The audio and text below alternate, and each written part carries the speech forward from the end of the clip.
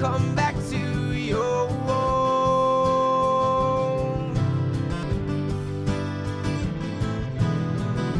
But nobody there means no one to share your last meal with. Your spirit's in disrepair. You wonder if Siddhartha wished all the Buddha. Was he scared? Hope his people make it back to hell.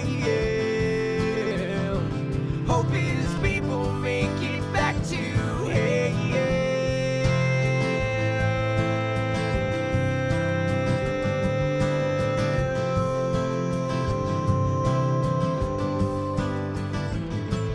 Was Jesus' Father fair? Was justice done there on that limb? God's hand must have been scared, because the devil's always after hell. Yeah, the devil's always after hell.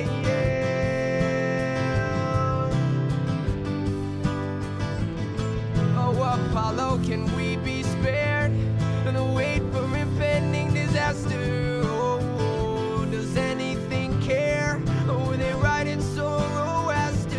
Oh, are you even there? Or is it life in darkness after? Oh, is it life in darkness after? Oh, are you even there? Or is it life in darkness after? Oh, is it life in darkness after? Oh,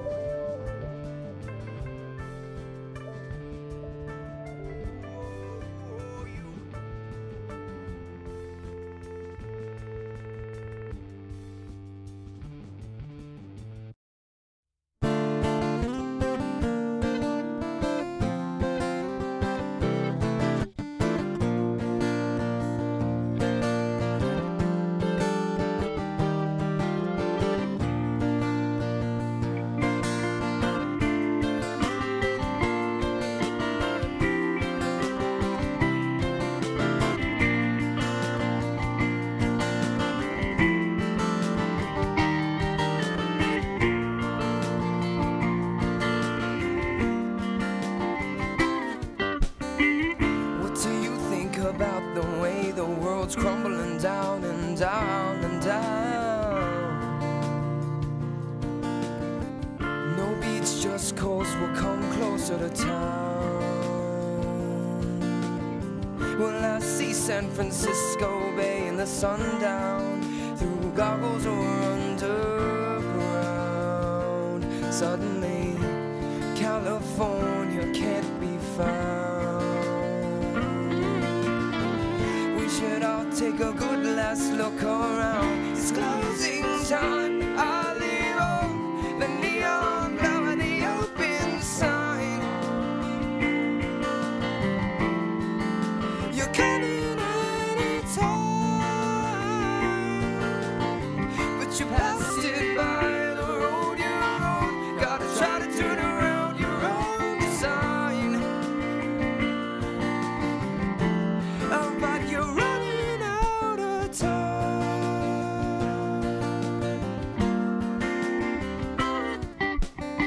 How long do you think we'll stumble around and drown, saying the structure of the world was faulty found? For what it's worth, the earth is round.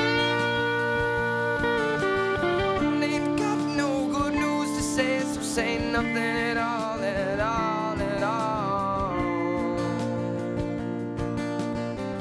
How long till the third tallest tower falls?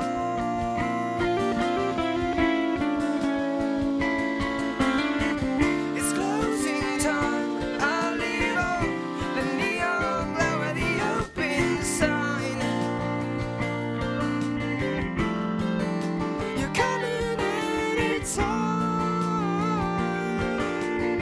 but you passed it by the road you're on. Gotta try to turn around your own design. Oh, but you're running out of time. There's hope alive inside.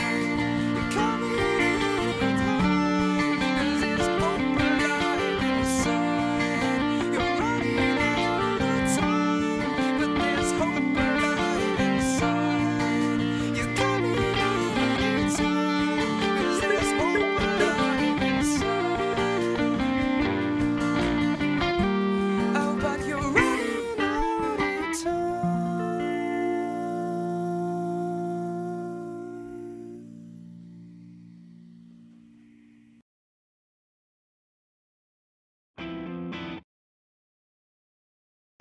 Alright, what's up, guys? I am Cole. This is Collateral TV. I guess I haven't been fucking with the cam settings enough recently. Yeah, fucking sharpness.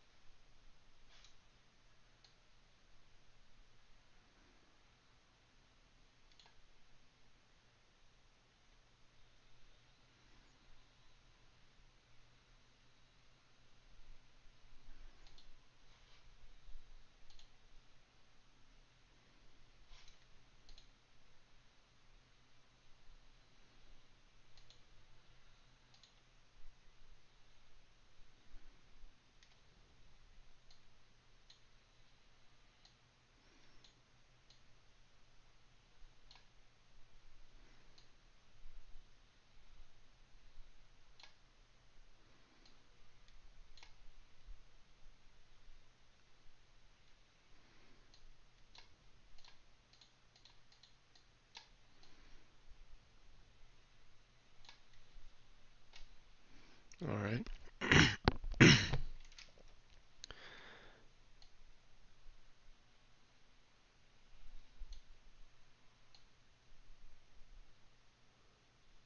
What does backlight comp do? I don't even know, man.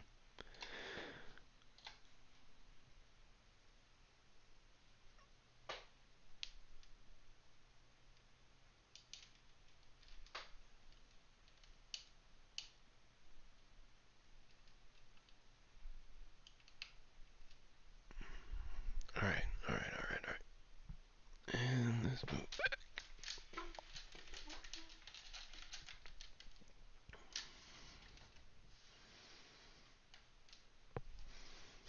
Get that out of the shot. Booty. We're watching Tom. Okay, here.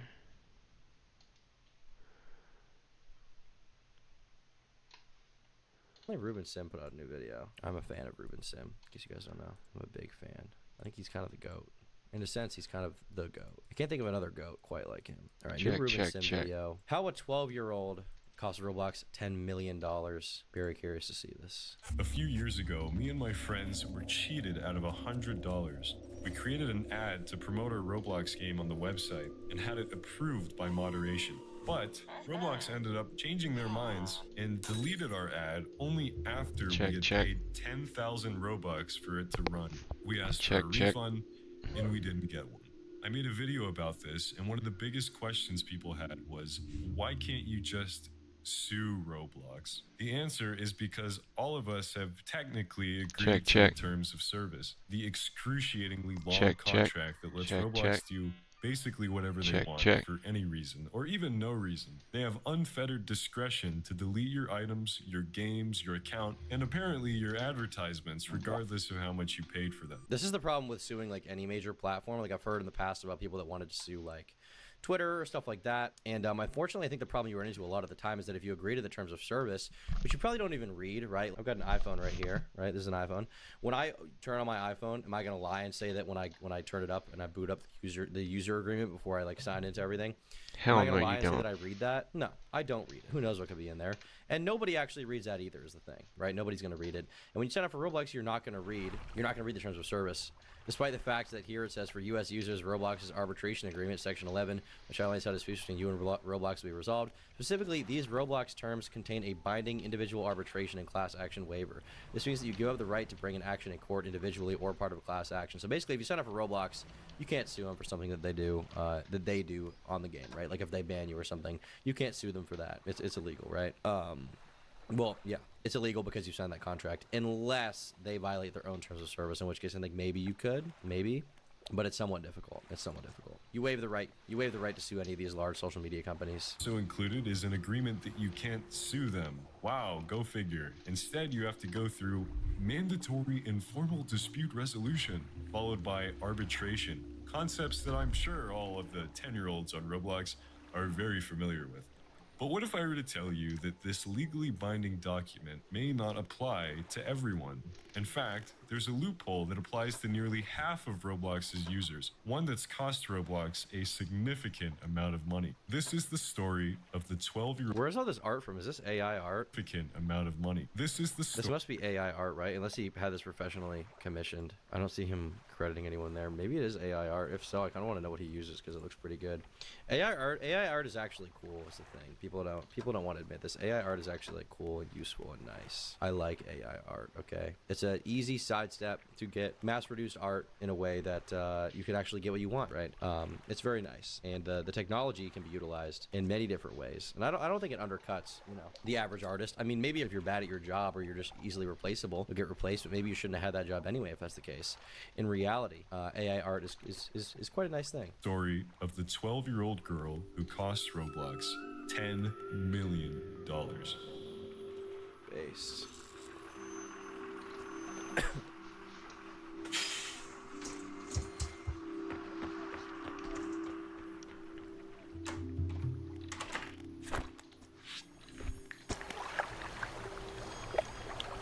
Jane Doe discovered Roblox in 2019 when she was just 10 years old.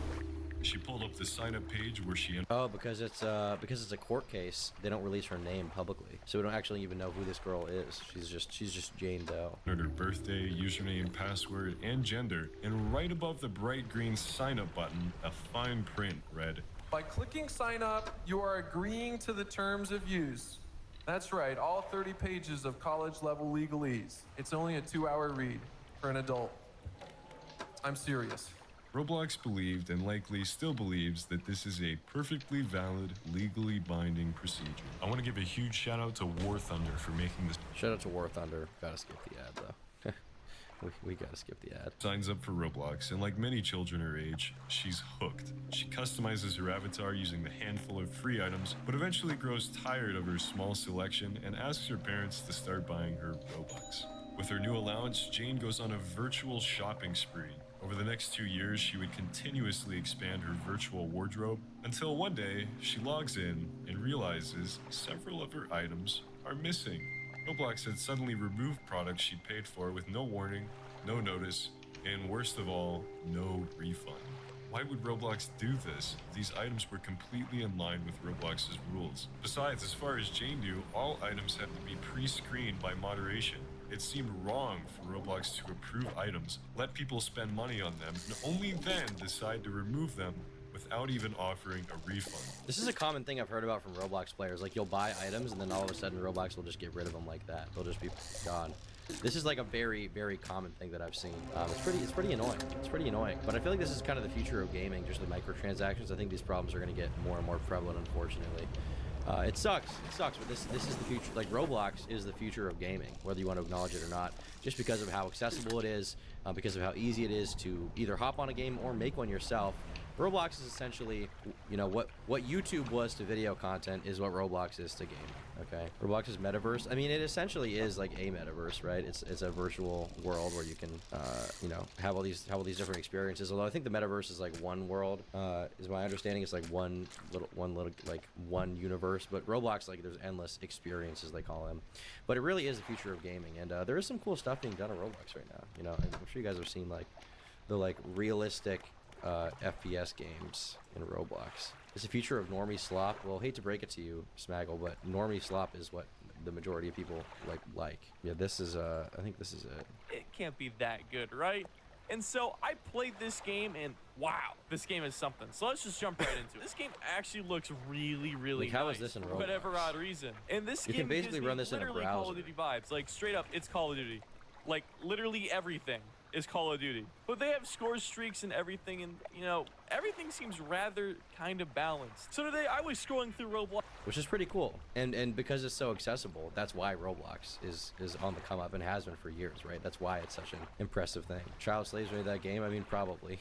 You're probably right, Georgia S. Child slavery is also the future of the gaming market, though. That's the thing people don't understand. Child slavery is the way of the future. For my YouTube channel, you guys know I have all these contractors. Where do you think I get them? Fiverr. They're all Indians. They're all 9 years old, and they're making me hundreds of thousands of dollars a year. So thank you very much to the Fiverr Indians who I've hired, okay? You guys are going to make me make $10 million this year. I don't love any of you, but I will keep underpaying you. As more and more items vanished from Jane's inventory without any explanation, Jane decided to spend more Robux to replace items that she thought would be hers permanently. This process created a cycle of spending that slowly drained money from her account and her dad's wallet. Unsure of why his daughter was spending so much Robux, Mr. Doe decided to investigate. He found that not only was Roblox deleting items that didn't violate the rules, they were also approving items that never should have been allowed. Milk, Jesus. This is the other thing. Roblox is so foul these days because it's so big, the moderation is so poor. You see, like, I made a video about, like, sus Roblox games. In some of these games I went in, there were literal active child predators that I found who were just like, I had to report their accounts because they were like, is anybody here a 12-year-old boy? I am too. Let's do erotic roleplay, right? Stuff like that. Or you would have like cat girls and stuff like that. I mean, stuff that's just not suitable for a children's game. And meanwhile, you had like kids running around like this. This is literally someone in a bikini. Like, there is a clear, strange trend of weird Roblox games. All you have to do to find them is look up sus, and you'll find like Sussy Row 63. Roblox is demonic, literally run by demons, and very well maybe run by food. But here, new dirty nightclub game. I went in here. Do what must be done. The Hellspawn will not survive the fires. Why is there like a massacre going on in here right now? Is that a flamethrower? That was a flamethrower. Owner admin. Kick ban OP guns. Speed potion. $200. Good. I don't want to. You can just pay to get mod status immediately. We got Rick Sanchez. Roblox average 6 Sussy hotel. This video was full of just like me finding weird shit. This at Roblox. 18. And there's other people that have done this too, obviously, where they find a lot of like weird, gross stuff. It's typical. It's average. It's normal. It's what happens literally. It's gross. It's disgusting. But this is just like what this game is now, right? And it's not to say that everything, you know, on Roblox is gross. The majority of stuff on it is probably fine. You know, you on Flamingo's channel, most of the games he plays are perfectly family-friendly stuff that's like fine. But you will find some really weird stuff, and it's clearly geared towards a child audience to try and get them on the platform. And Ruben Sim's done a good job of covering that over the past few years. Out in the first place, and when those items were removed, Roblox would recommend exact copies. This unlicensed Nike top was approved for sale by Roblox moderation after being bought thousands. How? How is that approved for? Wait, it literally has the Nike logo and it's unlicensed. How was this approved by anyone? Shouldn't this have been shot down immediately? Who do they have reviewing this stuff? Are they like non-English speakers who don't recognize Nike as like a global brand or something? Isn't Nike recognized even in like India? Who do they have approve this? By Roblox moderation. After being bought thousands of times, the item was removed, likely for copyright reasons, and in the recommended section, Roblox displays a listing for a copy of the exact same product from the exact same seller. He also found a Glassdoor review from an alleged former moderator who claims that Roblox gave him a content deletion quota. The manager that was in charge of us demanded that we have a set quota on the amount of contents and accounts moderated each day, even going as far as to banning users off the platform who've clearly done nothing that violated our trust and safety policies. The way we were required to treat the platform's users just to meet the required quota was the last straw. Keep in mind, Roblox makes a lot of money off this. Every player-to-player transaction nets Roblox 30% of the sale through a marketplace fee. By constantly deleting people's items, Roblox was driving more sales at the expense of their own customers. Jane was clueless to all of this. If she knew that Roblox could remove her items for no reason, she never would have bought them in the first place. From her father's perspective, a multi-billion-dollar corporation was taking advantage of not just his daughter, but millions of other users subject to the same treatment. And so he lawyered up and filed a class action lawsuit. You can think of civil court cases like these as tennis matches between lawyers. The plaintiff makes the first serve by filing a complaint, outlining all the reasons why the defendant deserves a lawsuit. Then the defendant can return the serve by filing a motion to dismiss. Is that Hassan Piker? Does that look like him? Popped a perk and ended up in Sussy Hotel. Sussy Hotel is so strange, dude. What, and why the use? I guess I shouldn't even ask. I was gonna say like why the use of like weird meme terms to disguise this stuff, to disguise the sexual content on Roblox, but obviously it's because it passes under the radar, right? That's why. The plaintiff can file a response to this motion, and the defendant can enter a final reply. And from here, the judge will decide if the case should be dropped. If the case is dropped, it's over. Everyone goes home. But if the judge decides the case should go forward, the real battle begins. If the motion to dismiss was a sports match, the rest of civil litigation is an all-out war, with every move costing ungodly amounts of time and money, potentially ending with the defendant being plundered for untold riches. Simply put, Roblox really wants to win. Jane Doe's counsel makes the first serve with a complaint that reads, "The predatory conduct taking place on defendant's platform reaches far beyond that which occurs at the hands of other nefarious users and third parties. Defendant itself seeks to fleece its own users financially in a clever content-deleting scheme." It's a powerful serve, but there's something you should know about Roblox's legal team. They're managed far better than the moderation team. This company is well funded with an all-star legal team of major league lawyers. They file a masterclass of a motion to dismiss that begins with 5 pages of case law references, over a dozen legal arguments, and a written declaration from Roblox's senior director of product promising to testify if called as a witness. All of this contributes to 2 main points. 1, Jane is legally bound by the terms of service because she agreed to them by signing up. This tiny bit of fine print is proof enough that Jane gave up her right to file this lawsuit as soon as she made her account. 2, I kind of have a conflicting thought on the terms of service thing, because on one hand, you can't expect the platform to completely be responsible for everything that happens there, or not to fuck up, right? Like with YouTube, right? Like when you agree to the terms of service, I don't think YouTube should be easy to be held liable. I don't think it should be easy to hold YouTube liable for stuff that happens on their platform. You know, especially if it's not done by YouTube employees, right? Like that is silly. That is ridiculous. It shouldn't be allowed. Okay, it shouldn't be allowed. But on the other hand, if they're explicitly going against their own terms of service, if they're, you know, making egregious missteps, like deleting products you already bought, obviously in that specific case, I would have to support the plaintiff and not the defendant, right? Because they took items that she bought, right? She purchased items and they took them away, and then they're pushing unlicensed items onto her as well, which is very silly. So yeah, that's what I would say. That's what I'd say there. It's kind of a double-edged sword in that way, where ultimately, like, on one hand, you know, I overall am against holding platforms liable for stuff that happens on their platform that they can't control. But, you know, on the other hand, Roblox here could control specifically this aspect, and they decided not to. They decided to, you know, or rather, they didn't decide not to. They decided to control it poorly. So yeah. The lawsuit is pointless because Roblox already gave Jane a refund after she filed the lawsuit. And guess what? They just rolled out their all-new automatic refund program. Wow! Since there's nothing else the court could possibly grant the plaintiff, the case should be dismissed. The refund is a great mystery in this lawsuit because the complaint says she didn't get one. The motion says she did. The response says, no, she didn't. We checked. And the reply says, again, that she totally did. Of course, it would be easy to confirm this fact if plaintiff would simply tell Roblox the username. Oh, this is AI. He did an AI voice of Dave Bazuki, the owner of Roblox. That is clever. That's so clever. Can you get in legal trouble for that at all? Is there any kind of legal repercussion Roblox could put onto Ruben Sim for that? Not saying they should, to be clear. He's had enough trouble with, I think, Roblox's legal team already, but if he doesn't make it clear that it's like parody or something, like could they argue he's like impersonating them? I imagine there will be cases about that in the future with AI voices. Of her Roblox account, something plaintiff's counsel has concealed and refused to provide Roblox since the lawsuit was filed more than 8 months ago. Roblox was so confident in their automatic refund program, they just assumed that Jane received her refund. When this case reached the judge, he wrote, Roblox argues that this case is moot. I disagree. First, the claims for damages are not moot, at least because the parties disagree about whether Doe actually received this credit. Additionally, a voluntary program whose full scope is not yet known is less certain to remedy harm than a judicial judgment.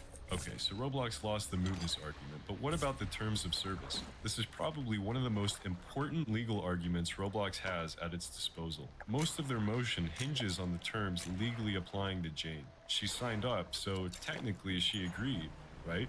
In California contract law, simply agreeing to a contract isn't enough for it to be legally binding. The parties have to understand what they're agreeing to, and the plaintiff argues in their response, Roblox can't show Because she was 10 years old, there's no way she could have understood what she was actually agreeing to with the terms of service, right? that Jane understood or even... The legal basis to go beyond the TOS and hold Roblox liable civilly is that contracts cannot override existing laws. read this contract. Even if Roblox is Meaning an existing law around, like, taking a product you already purchased, I assume? Is that what you're talking about here? sign and screen might alert an adult to the fact that by signing up, they are assenting to a contract. Roblox cannot make a similar showing regarding children, which is important here because Roblox knows at the point of registration how old the user is. A 10-year-old child, like plaintiff, likely does not appreciate the fact that they have entered into a contract when they register a Roblox account. There's even a line in Roblox's terms that says, In order to agree to these terms, you need to be 18 or older or have your parent or guardian's consent to agree to the terms. Roblox doesn't confirm that users under 18 have this consent, unlike platforms like YouTube, which ask for your... Some kind of fraud or false advertising communicated by a contract? Gotcha, okay. So they can hold them civilly liable. parents' email or phone number if you're a minor. And so... Because you couldn't just have in the contracts, like, we have a right to kidnap you, right? I mean, obviously that's an extreme example, but it's like, that's against the law, no matter what, so they can't be in a contract. In their final reply, Roblox simply says that Although she contends otherwise, plaintiff assented to the Roblox terms and is therefore bound by them. nice. And the Honorable William H. Orrick rules in favor of Jane. Judge writes, She was 10 years old. Roblox knew her age. It did not require her to get an adult's permission or supervision, and the only sign that she was agreeing to complicated terms of use was a not-so-conspicuous disclaimer above a bright green sign-up button. Here, both putative contracting parties were aware that Doe was a minor. In light of that fact, it is unreasonable to conclude that she manifested objective assent to be bound. with the terms of service being out of commission, most of Roblox's arguments fell apart. It's a complete disaster. Half of Roblox's users are under 13. If this ruling sets a precedent for future lawsuits, any child under similar circumstances can sue Roblox. When was this lawsuit? Jane Doe, 12-year-old Roblox lawsuit. Are there any news articles about this? There's a Bloomberg article that doesn't seem to have... It seems like it's from 2021, so before the case was concluded. Fortunately, is when this article is from. Before the case is concluded. We do have Doe versus Roblox court. This is literally just the legal filing from casetext.org. This is literally just the lawsuit. So it seems like... I actually think I found credit. Bro thinks her name is Jane Doe. Dude, so this isn't real, right? You're receiving this notice because you may be entitled to Robux as part of a class action settlement. If you're under 18 years old, please show this to a parent or guardian. This is an official notice about a class settlement you should read carefully as it may affect your legal rights. Was this a notice people got on Roblox? Plaintiff Jane Doe brought a lawsuit on May 25th, 2021 alleging that Roblox failed to provide credits or refunds to Roblox users whenever items they'd obtained with Robux from the Roblox avatar shop were removed or moderated from their accounts. In September 2021, after Ms. Doe's lawsuit was filed, Roblox changed its practice for such items going forward. As part of a class action settlement, Roblox has agreed to establish a settlement fund of $10 million for the benefit of Roblox users whose items were moderated and have not yet received a full credit or refund. Such users will automatically receive a credit of Robux to the Roblox account without having to take any action. If an eligible user's share of settlement funds exceeds the value of $10, such users may submit a claim to receive their share as a cash payment instead of Robux. Roblox has also agreed to maintain its new Robux credit policy for at least 4 more years. So if you guys had one of your items taken on Roblox, you can literally get it. Yeah, you can get money for it. You can get it back through this class action lawsuit. Shout out to the U.S. legal system for that one, I guess. W. Riz. Get past their arbitration clause and their class action waiver and anything else that hinges on the terms of service. Think about all the children Roblox has pissed off through falsely banning them. Think about all the victims of exploitation who were misled by Roblox's safety claims. With the motion to dismiss largely denied, Roblox filed the official answer to the complaint, listing out all their defenses and denying nearly all allegations. After 9 months of mediation, like a newborn baby, a settlement was finally born. Hooray! It's a boy! In it, Roblox reveals that 8 million accounts lost roughly 2 billion Robux by having their items deleted. That's roughly $20 million. Oh my god. Roblox agreed to create a $10 million settlement fund, which returns nearly half of the alleged losses back to everyone in the U.S. They also guarantee that an automatic refund program will be in place for at least 4 years. And based on information from the last 4 years, this program stands to prevent losses of at least $25 million and already prevented the loss of more than 500,000 Robux. You, the viewer, have likely received a message about this lawsuit from the official Roblox account. So it did come from Roblox. Where? Just kidding. It says, As part of a class action refund to their account without having to take any action. Roblox users have their rights recognized in a court of law, and it's all thanks to 12-year-old Jane Doe. I'm Ruben Sim, and this is the story of how a 12-year-old cost Roblox $10 million.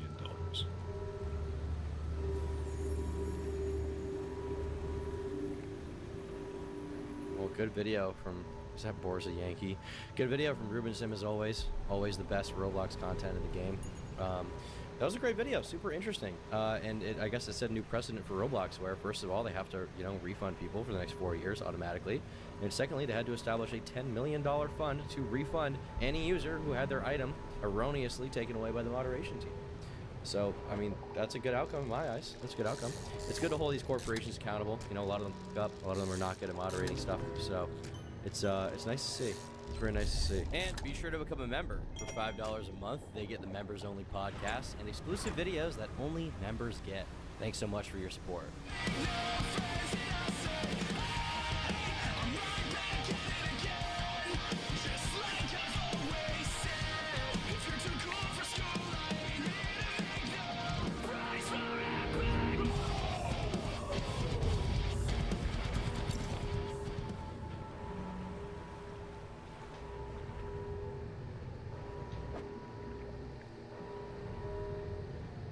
You guys remember someone from the Turkey Tom lore? Only old heads of the Tom Dark channel will remember. Only old heads will remember. A long time ago, I played Minecraft with a person named Meowba. Now, Meowba was essentially the antithesis to Jellybean. I did a video about this on my main channel. So this was kind of at the peak of, you guys remember the PNG tuber cringe? It was like a YouTuber who would have Minecraft in the background, and then they would on the front, sort of in the foreground, they would have the little stick character like Turkey Tom does, like I do. They'd be like, oh, reading hate comments, and then they'd read comments or react to funny posts. It was just trash, right? And there's a whole genre of these guys that exist. This person was definitely the main one, Jellybean, and there were a ton of shorts from this kind of thing. How to become a PNG tuber. First, make your avatar. A literal 9-year-old made that video. Oh my god. The ultimate PNG tuber tier list by Jelly. Is Jellybean still posting stuff? I didn't even know this. Jellybean is still posting stuff. Well, good for her. She seemed like a nice, wholesome girl who just liked to post her little silly content and have fun. And she was blowing up a lot from these shorts that blew up a while ago. I guess we'll watch the most popular one, My Name Review. Name review? No. There's no way you guys want me to reveal my name. Wait, your name isn't Jellybean? No, my name isn't Jellybean. Why would you think my name is Jellybean? My parents didn't look at me and go, wow, we should name this one Jellybean. What is wrong with you guys? Okay. Since so many people are asking, maybe I'll name reveal if this video gets 100,000 likes. But there's no way that's gonna happen. So let's just move on with the rest of the comments. I'm in love with the shape of you. Oh my god, it's... So it is pretty crazy cringe on an unheard of level, maybe. Okay, not an unheard of level, but it wasn't a pretty crazy level of cringe. There's no denying that. But Jellybean made this kind of content, and so, you know, they blew up. And then with that, with the wholesome stuff, there was also sort of a darker side of it, and that was Meowba. Now, Meowba was just basically like an edgy person who would make pretty edgy videos. A lot of them would be like talking about Muslims and stuff, being like, I love Allah, stuff like that. Meowba becomes Muslim, hashtag cool. Reading Meow's Discord questions, part 13. Meowba, you I forgot how grating the voice is. I forgot how crazy the voice is. fasting for Ramadan? Wallah, baby! Of course Meow is! Happy Ramadan, yeah? Meowba, are you Muslim? Yeah, can't you tell by the hijab? Silly Billy! So this kind of stuff was getting popular, and it was like extremely cringe, but also there was a little bit of an edgy side to it where she would troll people and bait them into hating, right? And so I ended up doing a video about this on my channel. Actually, we already found it. Here it is. Yeah, the Jellybean controversy, where I went over everything about Jellybean. And during this video, I also had a section dedicated specifically to Meowba. Gotta use the night core because obviously thematically consistent with the Meowba branding in my opinion. Around the same time that the hate for Jellybean was at an all-time high, a new content creator known as Meowba entered the scene.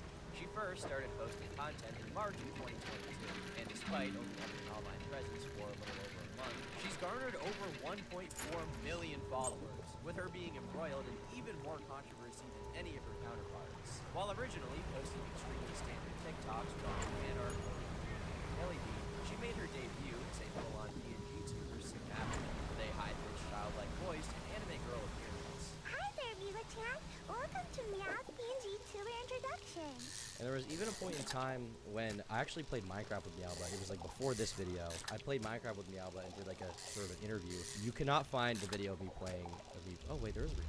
Damn, surprised it's not taken down. But there was a video on my channel of me playing Minecraft with Meowba. And the reason it got taken down was for hate speech because Meowba basically told me to buy a rope.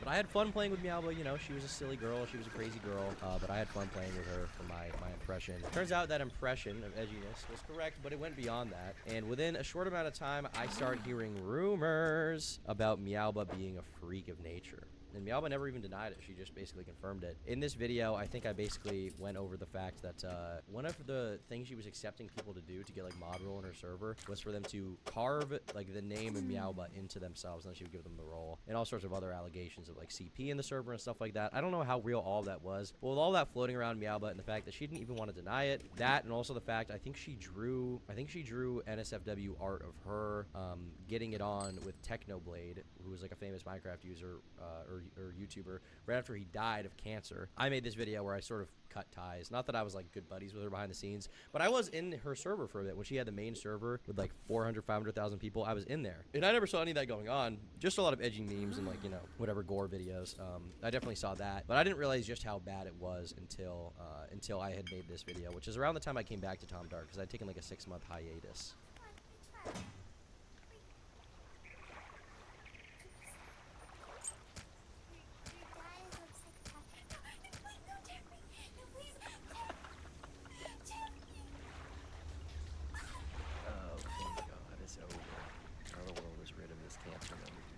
Had to be done. Didn't you say you took down the Meowba Minecraft video because she was evil? No, that video got taken down by YouTube for hate speech because she told me to buy a rope, which you can say in a few different ways, but she told me to buy a rope basically, and they got taken down. A bunch of weird stuff happened with Meowba.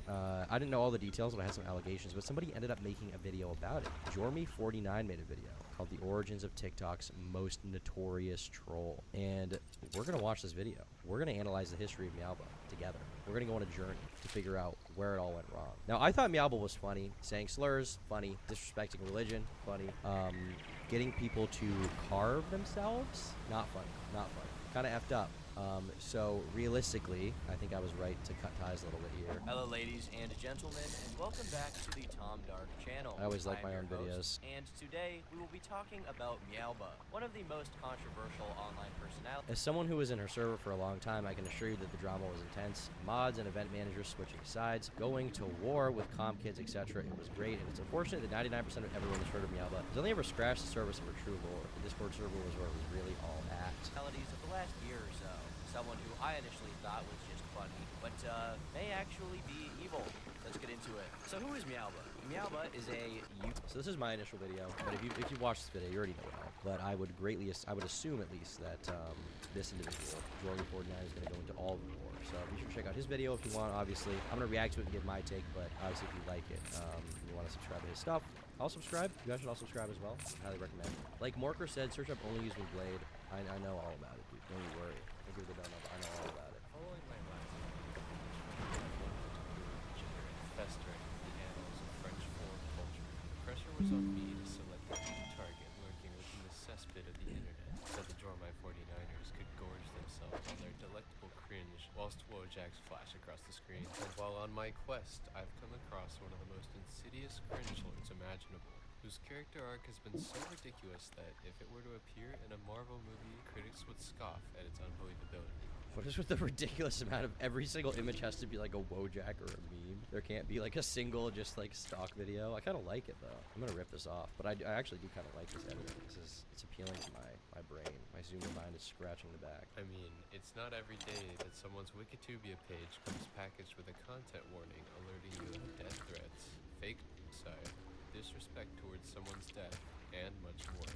Just this view alone tells you the subject of today's video has gotten into some unique and extremely specific controversies. So sit back and relax as I, Jormai49, serve as your ferryman, taking you across the veritable river Styx of Do we need the Mario butt? Was that really a necessary choice? I feel like there could have been literally any other image that could have been even just as funny instead of Mario's plump butt. I mean, maybe that's just my take real quick, but I think we definitely could have just gone for something other than the Mario butt. That's just me though. internet cringe, trolling, and degeneracy beyond what anyone could have possibly imagined from an innocuous TikTok provocateur named Meowba. Before we get into the meat of this video, I'd like to make it clear that, just like my first video, the person I'll be describing is allegedly engaged in some harmful and possibly criminal acts. I don't endorse or support any of these actions. I simply want to tell this frankly ridiculous story and shed light on the fundamentals of the internet's ludicrousness. But to those who were affected negatively by the actions described, my thoughts are with you. And though I may poke fun at some of the more absurd parts of the story, I'm not attempting to make it out with you.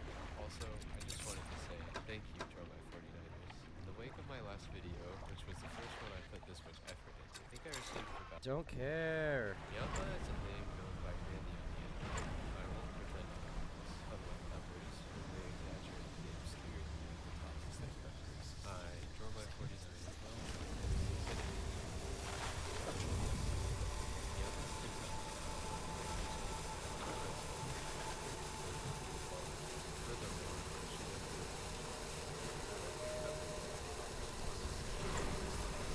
It's me! Mom, I can see my house from here. The thing is, like, Meowba was actually kind of fun to make content with, and if she wasn't just a total apathetic loser, she probably could have actually had, like, a career if she just didn't engage in the worst stuff of all time, making people carve the butts themselves, per se. I definitely think she could have been really funny, and I would have played Minecraft with her again if she had promised not to tell me to buy a rope, but instead she had to go a little crazy. And this is the thing I won't understand. I mean, obviously when I was younger, you know, I was on R9K and stuff. I get the edginess. There's definitely stuff, like, there definitely was a time when I was laughing at people, like, you know, stuff like that. There definitely was a time when I was laughing at that. But it's hard for me to understand when people don't grow out of that just a little bit. Just a little bit, you know? It's hard for me to understand when people don't become a complete degenerate. Just be like half a degenerate, right? Just be half a degenerate. Unless she was your cousin or something, that would be really funny.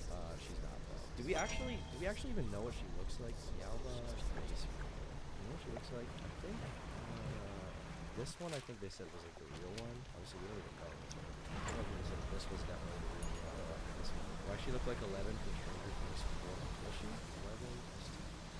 A little. I mean, a bit. I guess a little. Not that much. petition for more Juicy Mario Butt and future Tom Dark vids. No more Juicy Mario Butt. That will be strictly off limits. Oh, this guy made a YouTube video called Meowba. All right, so Meowba did a fight. British or something, Australian, whatever that is. Immediate. Obviously. But once again, like, I enjoyed making, you know, the Let's Play I did with her. I thought it was pretty fun. So it's too bad that she had to go crazy mode. But there's really just no way around it. You know, she was a little nuts. And I think I remember, even at the time, I blocked her on Discord over something before I made the video about her. She messaged me something to the effect of, she called me daddy or something. I think she called me daddy, or she said something about being a lolly. She was like, I'm a lolly, you're my dad. And I was like, block.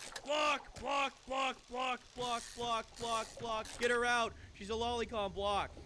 So I blocked her at that point, and then sometime later is when I found out about the dark stuff. And I didn't make my video right away because I wasn't even posting on the channel, but I did make a video talking about it, and it was pretty crazy.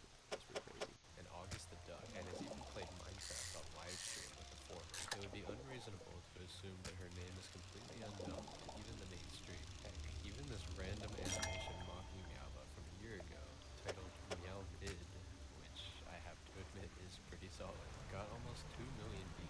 Wait, I thought I coined the Meow Mid thing. Even this, because on what was it? On one of my videos I said Meow Mid. I thought I coined this. Wait. Oh. Okay, so this comment is from, can I see the exact date? Just 1 year ago. Hello, ladies. So, well, I must Shit looks like fucking Alien. 2022. Meow Mid.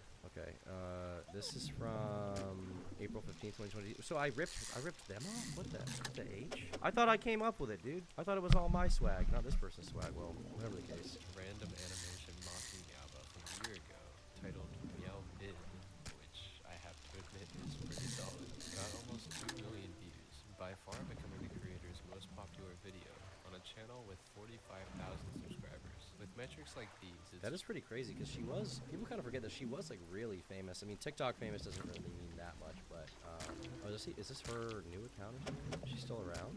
I thought she wasn't even around anymore. Reading Meow's Discord questions. Oh! Part 19. Stop. Meow, but do you still like Dude, the audio is actually insane. stream? Oh, that's a controversial question right now. Meow, we'll get back to you on that one. They had a different account at one point, for sure. This one has 200K. They definitely had one with, like, a few million, but I guess it probably got taken down or something. Or it was like 800, 900,000 followers. But she was really big. I remember even like when I made that video, like more normie kids that I knew, that I, you know, just know from high school and stuff like that, they'd message me about it and be like, yo, I know this person. I've seen them on TikTok. Which is crazy because in my mind, they were pretty underground, but I guess TikTok just gave them kind of an avenue to be pretty accessible, honestly. Which is, you know, yeah. Remember when me and Doc on the radio interviewed that crazy guy who went after Meowba? I actually thought that on the radio. Oh, was it the guy who, I think he messaged me, he had like no evidence actually about her, but he tried to expose her or something. Here is a recorded call of Meowba admitting to allowing and rewarding Discord members that committed self-harm on her server. Good call. 2 minutes to 7 minutes 16 seconds. Meowba first admits to previously endorsing the cutting in a Discord server. So let's go and get into this. I have this at 1.5 times. What? I didn't make Meow Kitty do program. Meow Kitty did it on her own. And I told her to stop multiple times. There's nothing I can do about it because I'm not their parent. I can just help them. How? No, go for Meow Kitty doesn't have her own role. Raiden's had her own role before this. Toby's not even on the server. So here she's saying it's not her responsibility, basically. Because they're mentally ill? Wait, why would I kick them out when they need help? Oh, I'm back. Wait, Tails, hold on. No, Tails, sorry. You got next. Tails, you can go after Sam. But, Sam, if you ban them from the server, they're just gonna go to another server and keep digging in. That makes sense. Why though? How would I dox them? Authorities? Call local authorities? Sorry, you can just dox. And, has Colt and their friends done that? Or have they just kept harassing and telling her to... I mean, realistically, if someone is doing that, you should probably, if you have their information, you should tell the police. Recently, someone messaged me and was like, I don't even know how real this is. They were like, I'm in a call with 2Mad and he's saying he's gonna take a bunch of Xanax. And I was like, you should probably tell the police or something. He was like, oh, should I do that? I don't want to ruin his life. And I'm like, don't you think taking a bunch of Xanax would probably ruin his life before the police? Maybe like overdoses or something? I feel like it probably would be really bad.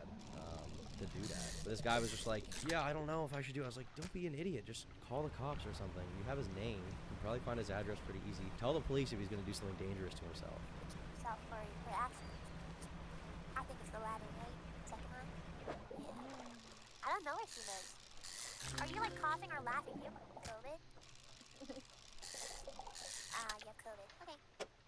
Anyways, what Tofu does is none of my business, but yeah, I mean, I do agree that the cutting thing was wrong. However, that doesn't mean yeah, and so am I mentally ill. We're all mentally ill here. Let's be honest. Everyone here is mentally ill. Yep. Okay, for TOS, probably shouldn't watch too much more of this call, but I mean, she admits here she is mentally ill. Jeez. Oh, jeez. I really like Meow, but 2 really is a shame she did this, but at the same time, not even that surprised because I've seen worse stuff regarding VTuber fans. I mean, this isn't just normal VTuber fan stuff. This is crazy. Don't call Meow based, okay? She may have had one base moment. Doesn't mean she's based. Generally safe to say that the topic of the video is at least somewhat trendy, reaching far more people than I would have otherwise. However, what I will say is likely unknown is the depths to which her depravity is sunk behind closed doors, as well as, to be honest, her humble beginnings. Because for every goofy rage-bait trolling attempt that leads to an addition to her controversies page on Wikitubia, like when she referred to those offended by the use of ER slurs, disabled. Yeah, that was epic. That was kind of epic. I admit that was epic. You can have an epic moment. You can have an epic moment and be a horrible person. You can have an epic moment. Okay. Okay, you can have an epic moment. We know she had an epic moment. Stop spamming based in chat. I can already see it. Without even looking, yeah, you are people. You are doing that, aren't you? For now, let's look at where Meowba is. Alright, I gotta find out where I get this fucking fangfish at. Meowba was not Meowba. I find that so often we come to associate a person with a username so strongly that we cannot imagine them creating content under another name or another brand. Perhaps this is the reason it is so trippy to see the online activities of the humble Uwu. Why is this video in the recommended mommy ASMR? Day or night, yes, it is. Stellar Basin. By Gobson. Rod only. Alright, I gotta pee. That's right. I'm just gonna have to keep trawling for him, I guess. Who touches on important topics like death and grieving. Is that real? Can you actually tell it's her? Peachy Cub. Peachy Cub. She was a meme, an animator? I mean, I could see that. I just don't know if it's her. Happier Map? Oh my god. I think we're not going to play that copyrighted music. So this is just like furry animation meme stuff? I mean, that's pretty cringe. Pretty freaking cringe. But not really surprised with me either. Plastic meme, happier. Why is it a map? Is map as in minor attracted person? Her meme gift for Lolly the Neko Cat. So it probably is. So it wasn't really that wholesome. It wasn't that wholesome. It was kind of degenerate from the start, bro. From the freaking start. Cut my hair map. Or is it like animation peep? Animation meme? What is map standing for in this context? Oh, multiple animator project. Okay, so I guess it wasn't that then. I guess just for the lolly thing, I thought it was probably that. And she probably did like that later on. X emoji X meme gift for Zex Monster. 13 plus. Ooh. Guys, if you're under 13, you can't watch this. You gifted this to someone? What an amazing gift. If someone gave this to me, I'd be so... If someone made something like this for me, I'd be like, oh, you were my day one. Nah, bro, you always had my back, bro. When you hit me with that map, with that animation meme map, I was like, bro, that's for real what I needed, homie. Oh, my God. Oh, my God. That's what I needed. Through the canvas of amateur animations about furries. I know you won't believe me, but come on. You guys are gonna love this.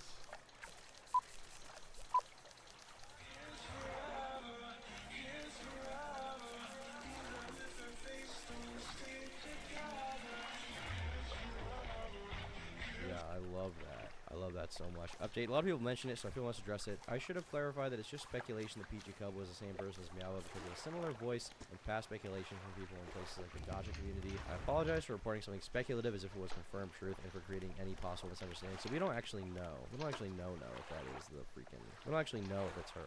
It's just guessing game, I guess. You forgot that the other person in the thumbnail of the map collab was Crystalli, who was a literal P-word arrested for P-word crimes in 2021. Nani was the biggest reporter on the situation. Her channel seems to be gone now. You can still see discussion about it by other people in reference to Nani bringing it up when you search for Nani Crystalli. Didn't I react to this person at one point because of like Toastify did a video about them, and I don't really remember the details to that one. YouTuber Crystalli. Oh yeah, this guy. Yeah, I do remember this guy. This guy actually was sentenced for real. This guy was actually like a convicted PDF file. I remember that now. Did Toastify do a video about them at some point? I swear he did. The Crystal of the Wolf Chronicles. So this is a different person, I guess, because Crystalli was actually way older, I think I made a video. Yeah, this one, the VR chat degenerate featuring Toastify. I did a whole deep dive on that person, I forgot, from Toastify's video.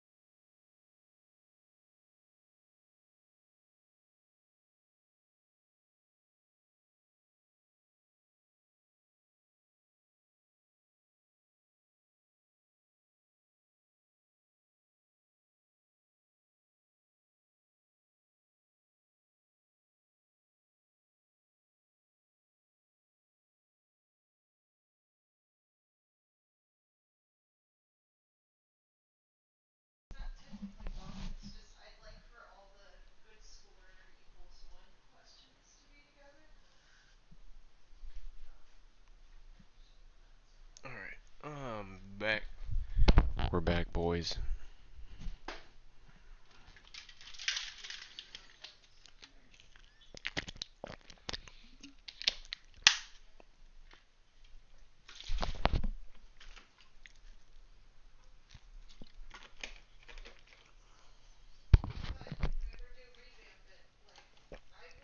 Yo, I completely forgot that I did that. Damn.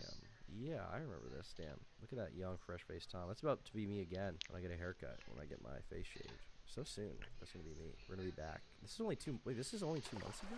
This is only 2 months ago I look like that? Time flies, man. Time flies. I thought this was like a year ago. That message to Lomar. My bad. My bad.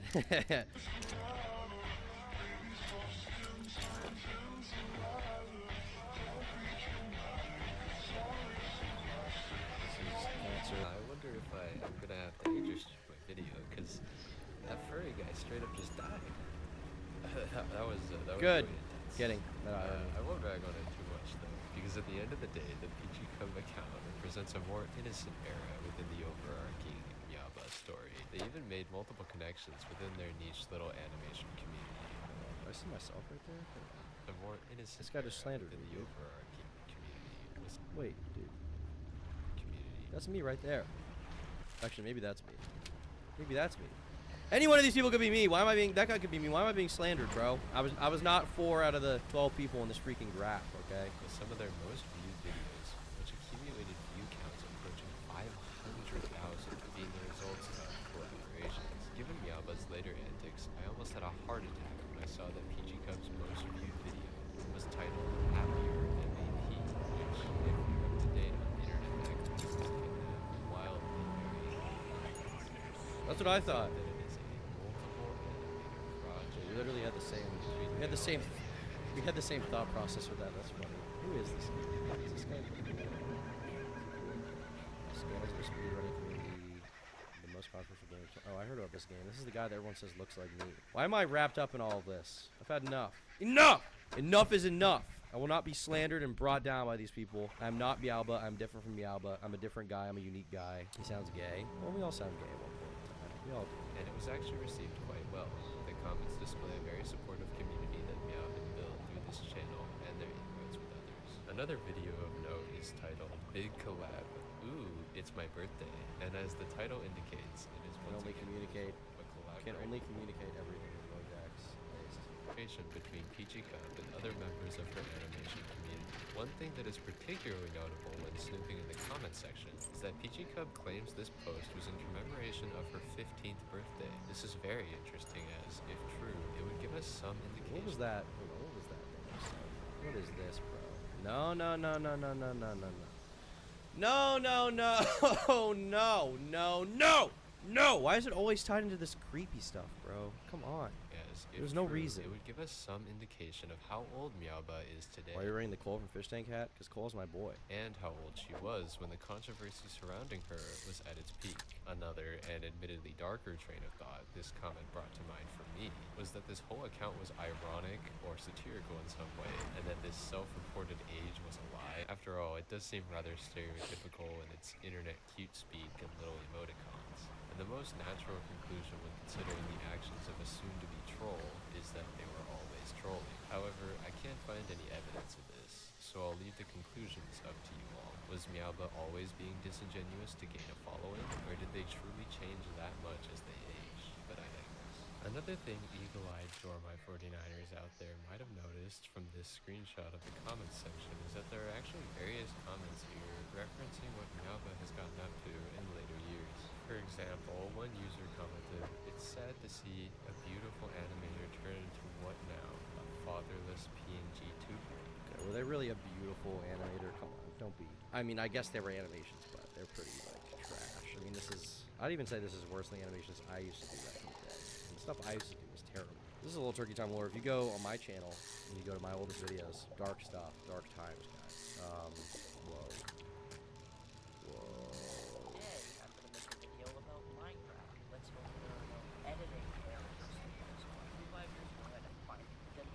That is insane.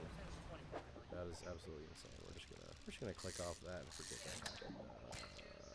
Yeah. We don't need to know. We don't need to know. At least used to animate. Most animation meme animators just do tweening and call it a day. I mean, I guess it's animating, but is it really animated? What's with the eyebrows? Wait, did I not draw? I thought I drew eyebrows. Did I not draw eyebrows? Hold on. No, I definitely drew eyebrows. Come on. There's no way I didn't draw freaking eyebrows. I guess I didn't draw eyebrows. What the hell?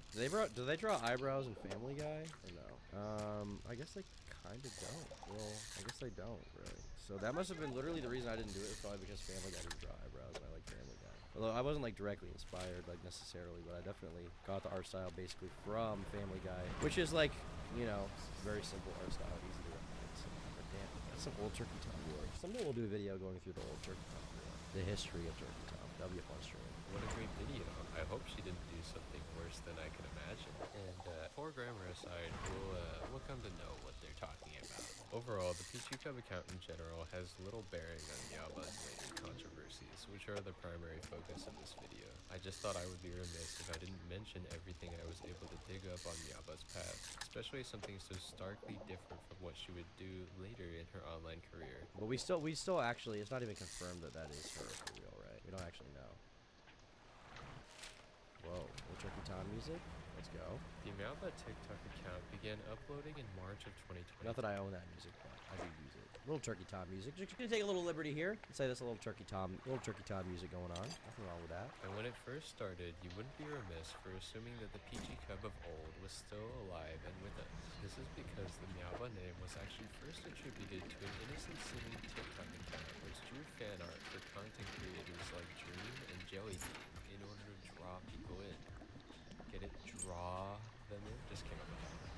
Good. That was good, man. However, no, don't even shame yourself, bro. Listen, have some self-confidence. That was a good joke. You're trying your best. You did a good job. Okay, you hit him with that. Let's run that back one more time so people can appreciate that joke because you did a good job. You did a good job. It was witty. It was unique. It was special. It was epic. Brody TV says we all map when Turkey Tom pull out old vids. Brody, we had a conversation. No more of that, Brody. Brody TV. I had to cut out like 5 jokes like that from our video, Brody. Okay, no more. No more. Yo, what's up, Cheeto in chat? How's it going, bro? Attributed to an innocent-seeming TikTok account which drew fan art for content creators like Dream and Jellybean in order to draw people in. Get it? Draw them in? Just came up with that one. There's no need to. However, before long, Meowba would make her debut as a PNG tuber. If you're not aware, a PNG tuber is a content creator who essentially uses a 2D image with various different expressions in order to represent themselves as they speak to their audience. Think 2D VTubers, but instead of a live feed displaying each emotion as it appears on their face, they simply have a predetermined set of images which they can then choose from in order to display the most accurate emotion for that part of it. And this kind of video like blew up at the time. You don't really see a lot of it anymore, but for like a year, this was like the like leafiest year CS:GO basically of like content. I mean, Lessons in Meme Culture did a video about it. Is that guy's channel good? I actually don't really watch that guy's videos. They're good, but there was just a ton of people doing PNG tuber videos. I mean, so many that Jellybean was able to do a tier list. I made the ultimate PNG tuber tier list. All right, starting off, we have Map Hat, the original PNG tuber. I mean, clearly he'd have to go. He is not a PNG tuber. Stop. And next we have me. I mean, we all know where I'm putting myself, right? There's no other option. There's just no other option. I mean, that's not even facetious. They were the most popular person. She was the most popular person. Are they using Zer pronouns? I don't even know. But whatever the case, Jellybean was the most popular PNG tuber at the time, so I see no reason for putting them in God tier. They're definitely the god of cringe in that way. And we have Frostfox. Oh, clearly we know where Frost is going, right, guys? Mid. Yes, I mean Frostfox. This is some furry stuff, and you can already tell from the drawing. But that's when it got dark because it started as just cringe, and then we started getting like furries involved, which kind of made things even darker. Oh, they basically quit the end of Frostfox shorts. But you can see how popular this stuff was. At the time, you had 700,000, 1.6 million, 700,000, 580,000, 440,000 views. I mean, you could be anyone. You could be literally anyone doing anything. I should have hopped on this more with my PNGs or whatever. Maybe we'll get back to this. Hold on. Maybe we'll get back to this. Hold on. We're gonna make some PNG tuber. We're gonna make a few of these. I'll put this in the ideas document in my server for the Turkey team to analyze. We're gonna go deep. Delicious and keck would it be if we made some of these videos, but in an ironic style. And the best part about it is we could be funny we could be edgy. And we wouldn't even have to have a server of people who C-word themselves to get mod roll. Side project. I'm gonna set a reminder on my phone to write some of these. Hold on. Rip Augie RFC. He's still around. He'll be around soon. Don't you worry. He's around. He's living. Make cringe PNG tuber videos. We're gonna set a reminder for Friday to do that before I fly out to Austin. Also, a little update on Austin. I got the go-ahead that I will be. I mean, obviously things can change, but I think I got the go-ahead from Destiny that I'm going to be in the studio filming when him and Alex Jones are debating, so that should be good. That should be good. It's a bit tough to explain, but if you've been watching the clips I've been playing in the background, you'll get the gist. Also, I never thought I'd have to behold such an unholy message from Google Docs, but here we are, I guess. This is where my life has taken me. During the period in which Meowba first began to upload, PNG tubers were experiencing a meteoric rise in popularity, helmed by none other than Jellybean. If you don't know who Jellybean is, imagine a PNG tuber who, in real life, can most accurately be compared to an overzealous kid or a club member with no volume control on their voice. Their content was largely inoffensive and child-friendly, and this, coupled with their high energy and then consistently churning out YouTube shorts like a well-oiled machine, led to them amassing a gargantuan following, who I assume primarily consisted of children. Please name next Tom channel Ligma Tom. Yeah. Oh, I want to rename the new channel to that right now, bro. Thanks for your suggestion. Now, what you have to understand about the cultural zeitgeist of the internet during this period. Have you went over the Reckless Ben / McCamey Manor stuff at all? They released some of the footage. It's pretty effed up. I think, didn't Wendigoon already do that? Yeah, he did. And I think Jay Aubrey also did a video. I mean, there's just, maybe if there's new footage, but it's kind of unlikely unless the footage is really groundbreaking, changes the story a lot, because I think the footage probably just confirmed what was already going on, if I had to guess. So probably not. Maybe, but probably not, if I had to guess. Is that Jellybean had drawn the ire of what we'll call the YouTube commentary community, managing to become the current popular to hate channel. This led to Jellybean's content being covered an inordinate amount of times by— I'm not saying this guy's ripping me off, but I guess I did cover a decent amount of this in my original video. people who had no other criticism towards them than just that they were cringy, that they were annoying. Honestly, it's still baffling to me the amount of backlash the Bean faced for something that 99% of channels on YouTube Shorts and TikTok are guilty of. It is baffling, but also they were really cringe, so I don't really fault any of the people for making videos about them. And also, at the same time, making videos cringing at Jellybean will bring in an inordinate amount of views, so there's really no reason for people not to tap into that. And also, the videos making fun of Jellybean, while there is a little bit of cringe involved in that as well, obviously it helped her publicity and helped her get bigger, and because people who thought it was cringe didn't like her, there's more conversation about her. And at the same time, people who, you know, saw those videos and then thought she was cool and based ended up actually liking it and pushed back a little bit, which made the original fan base a little bit stronger. So yeah, despite no wrongdoing on their part. That's besides the point, though. If you want to learn more on the topic, I suggest you watch Turkey Tom's video on it. Hey, that's me. Thanks. That he needs my advertising. Yes, I do. Hey, congrats on 1 mil. What a nice guy. I told you this was a good. He's a good guy. He congratulated me on 1 million subs. He's a good freaking guy, dude. He's a good guy. Suffice it to say, Jelly. What do you mean F? Is the stream not on? Wait, it's still. It's fine. Just refresh. Refresh. It's still up. I think I'm literally watching it right now. I can literally see it in real time. Just because so many of you have a problem doesn't mean it's real. Doesn't mean your feelings are valid. It's fine. And as a consequence, the PNG tuber community as a whole was in the middle of a YouTube drama firestorm, and they were extremely popular to hate due to their newfound status as the poster children of internet cringe. And this is what set the stage for Meowba's entrance. The combination of explosive visibility on the genre, hate watchers lined up and ready to go, and the PNG tuber audience placed into a defensive state by their precious parasocial Pookie Bears being insulted primed the internet for what I would call, at least from a solely numerical standpoint, one of the most successful trolling campaigns in history.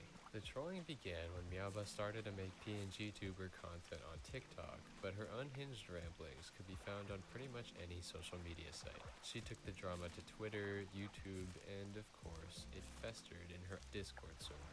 To make this section a bit more organized, I'll be going through Meowba's Wikitubia page and discussing her biggest controversies one by one. Usage of offensive language, Discord server reactions, Jellybean, Datarix, I have no idea what this is. Accusations of racism, supporting Putin, fighting a lot, and Meowism. I obviously know what that is. COVID misinfo, I obviously know that. Apology and faking S-word attacks, troll accusations, obviously I know pretty much all of this. I'll supplement it with as much evidence as I'm comfortable showing. So, my dear Joe, dude, stop. No more of that. Take back everything I said that was nice about you. No more of that content, dude. No more. No more Mario butt. No more juicy Mario butt. We're done with that. let's not dilly-dally any longer. The first controversy listed on Miaba's page is one that will really set the tone for the type of shenanigans we have come to expect from her. During a TikTok in which she was responding to questions asked in her Discord server, which was honestly her go-to bread and butter content, dreaded R slur. Meow, please say this Hawaii word. In a direct response Okay, one tip, bro, you need to learn how to balance your audio a little better, because your audio is like way lower than that sound effect was or whatever, so figure out how to do that. Maybe edit with headphones or something.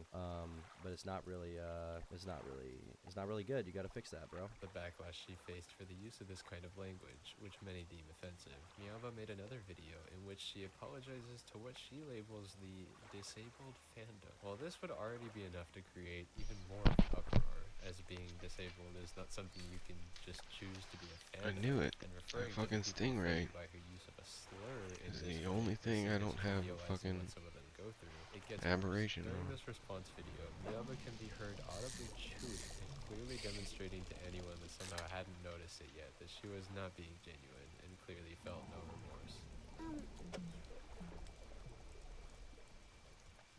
Her only goal was to make more and more people mad at her, thus satiating the desires of her fans and drawing in more and more hate watching. Accusations of what I see Miaba's smoke. channel What I as a see whole smoke. is a very blatant mockery of weeaboo culture, with Miao herself frequently mixing poorly pronounced Japanese words in with her speech. Super sugoi! Meow feels very watashi meow to be that.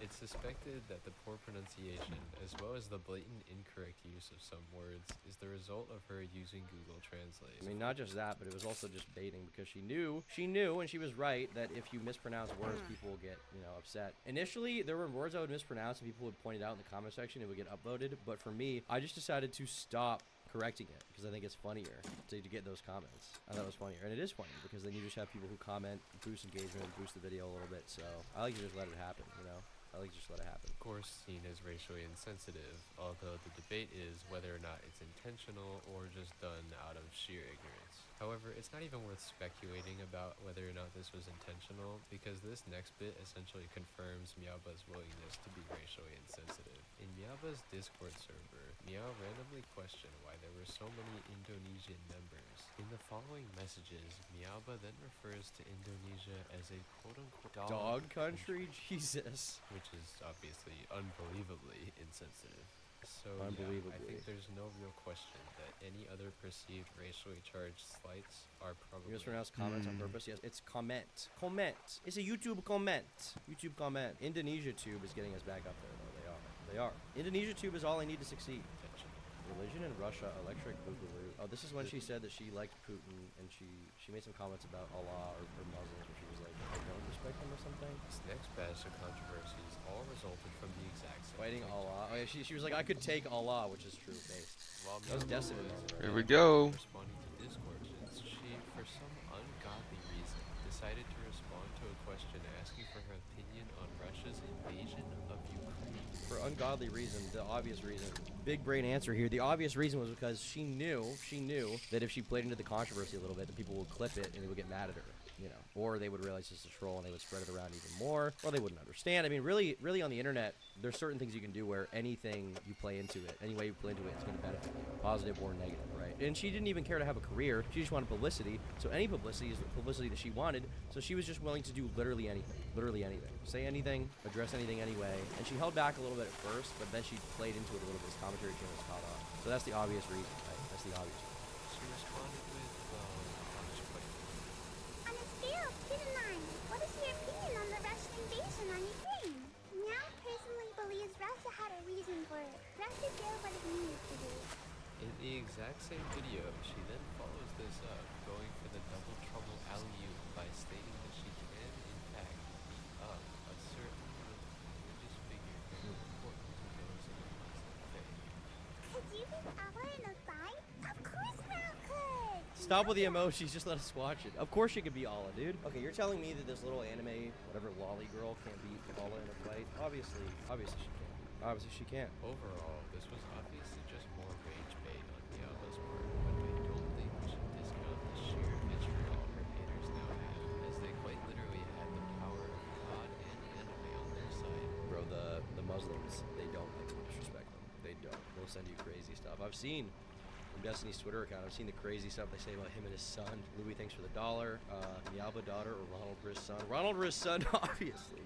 Hold on, I need to tweet that out. That's being stolen from the Twitter account. That's being stolen from the Twitter account right now. Anything remotely funny or interesting or dumb or zoomerish that you guys say in my chat, I'm instantly stealing for my Twitter account. Just saying. Just saying. She had insulted. Thank you, Blocks. I mean, just listen to this comment I found in response to this specific drama. When responding to the fact that Miaba allegedly, quote, believes she can beat the hell out of Allah, YouTube user Mr.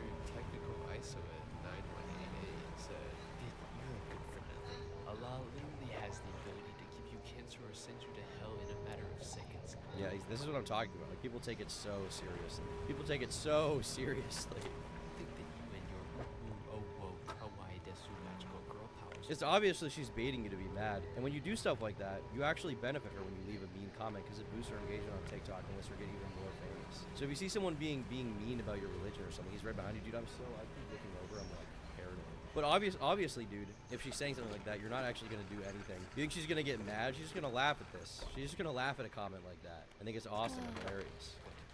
Gonna about him. Let's just say Mialba's not coming back from that. Yeah, exactly. Bovid misinformation. In April of 2022, Mialba tweeted out that she had avoided getting vaccinated despite everyone around her doing so. Yeah, she responded to Leafy. Of course she did. She had still not contracted COVID. Is her Twitter account still up? I probably blocked. Mialba X. Is it 2X? I thought it was. Oh, it's still up. Damn.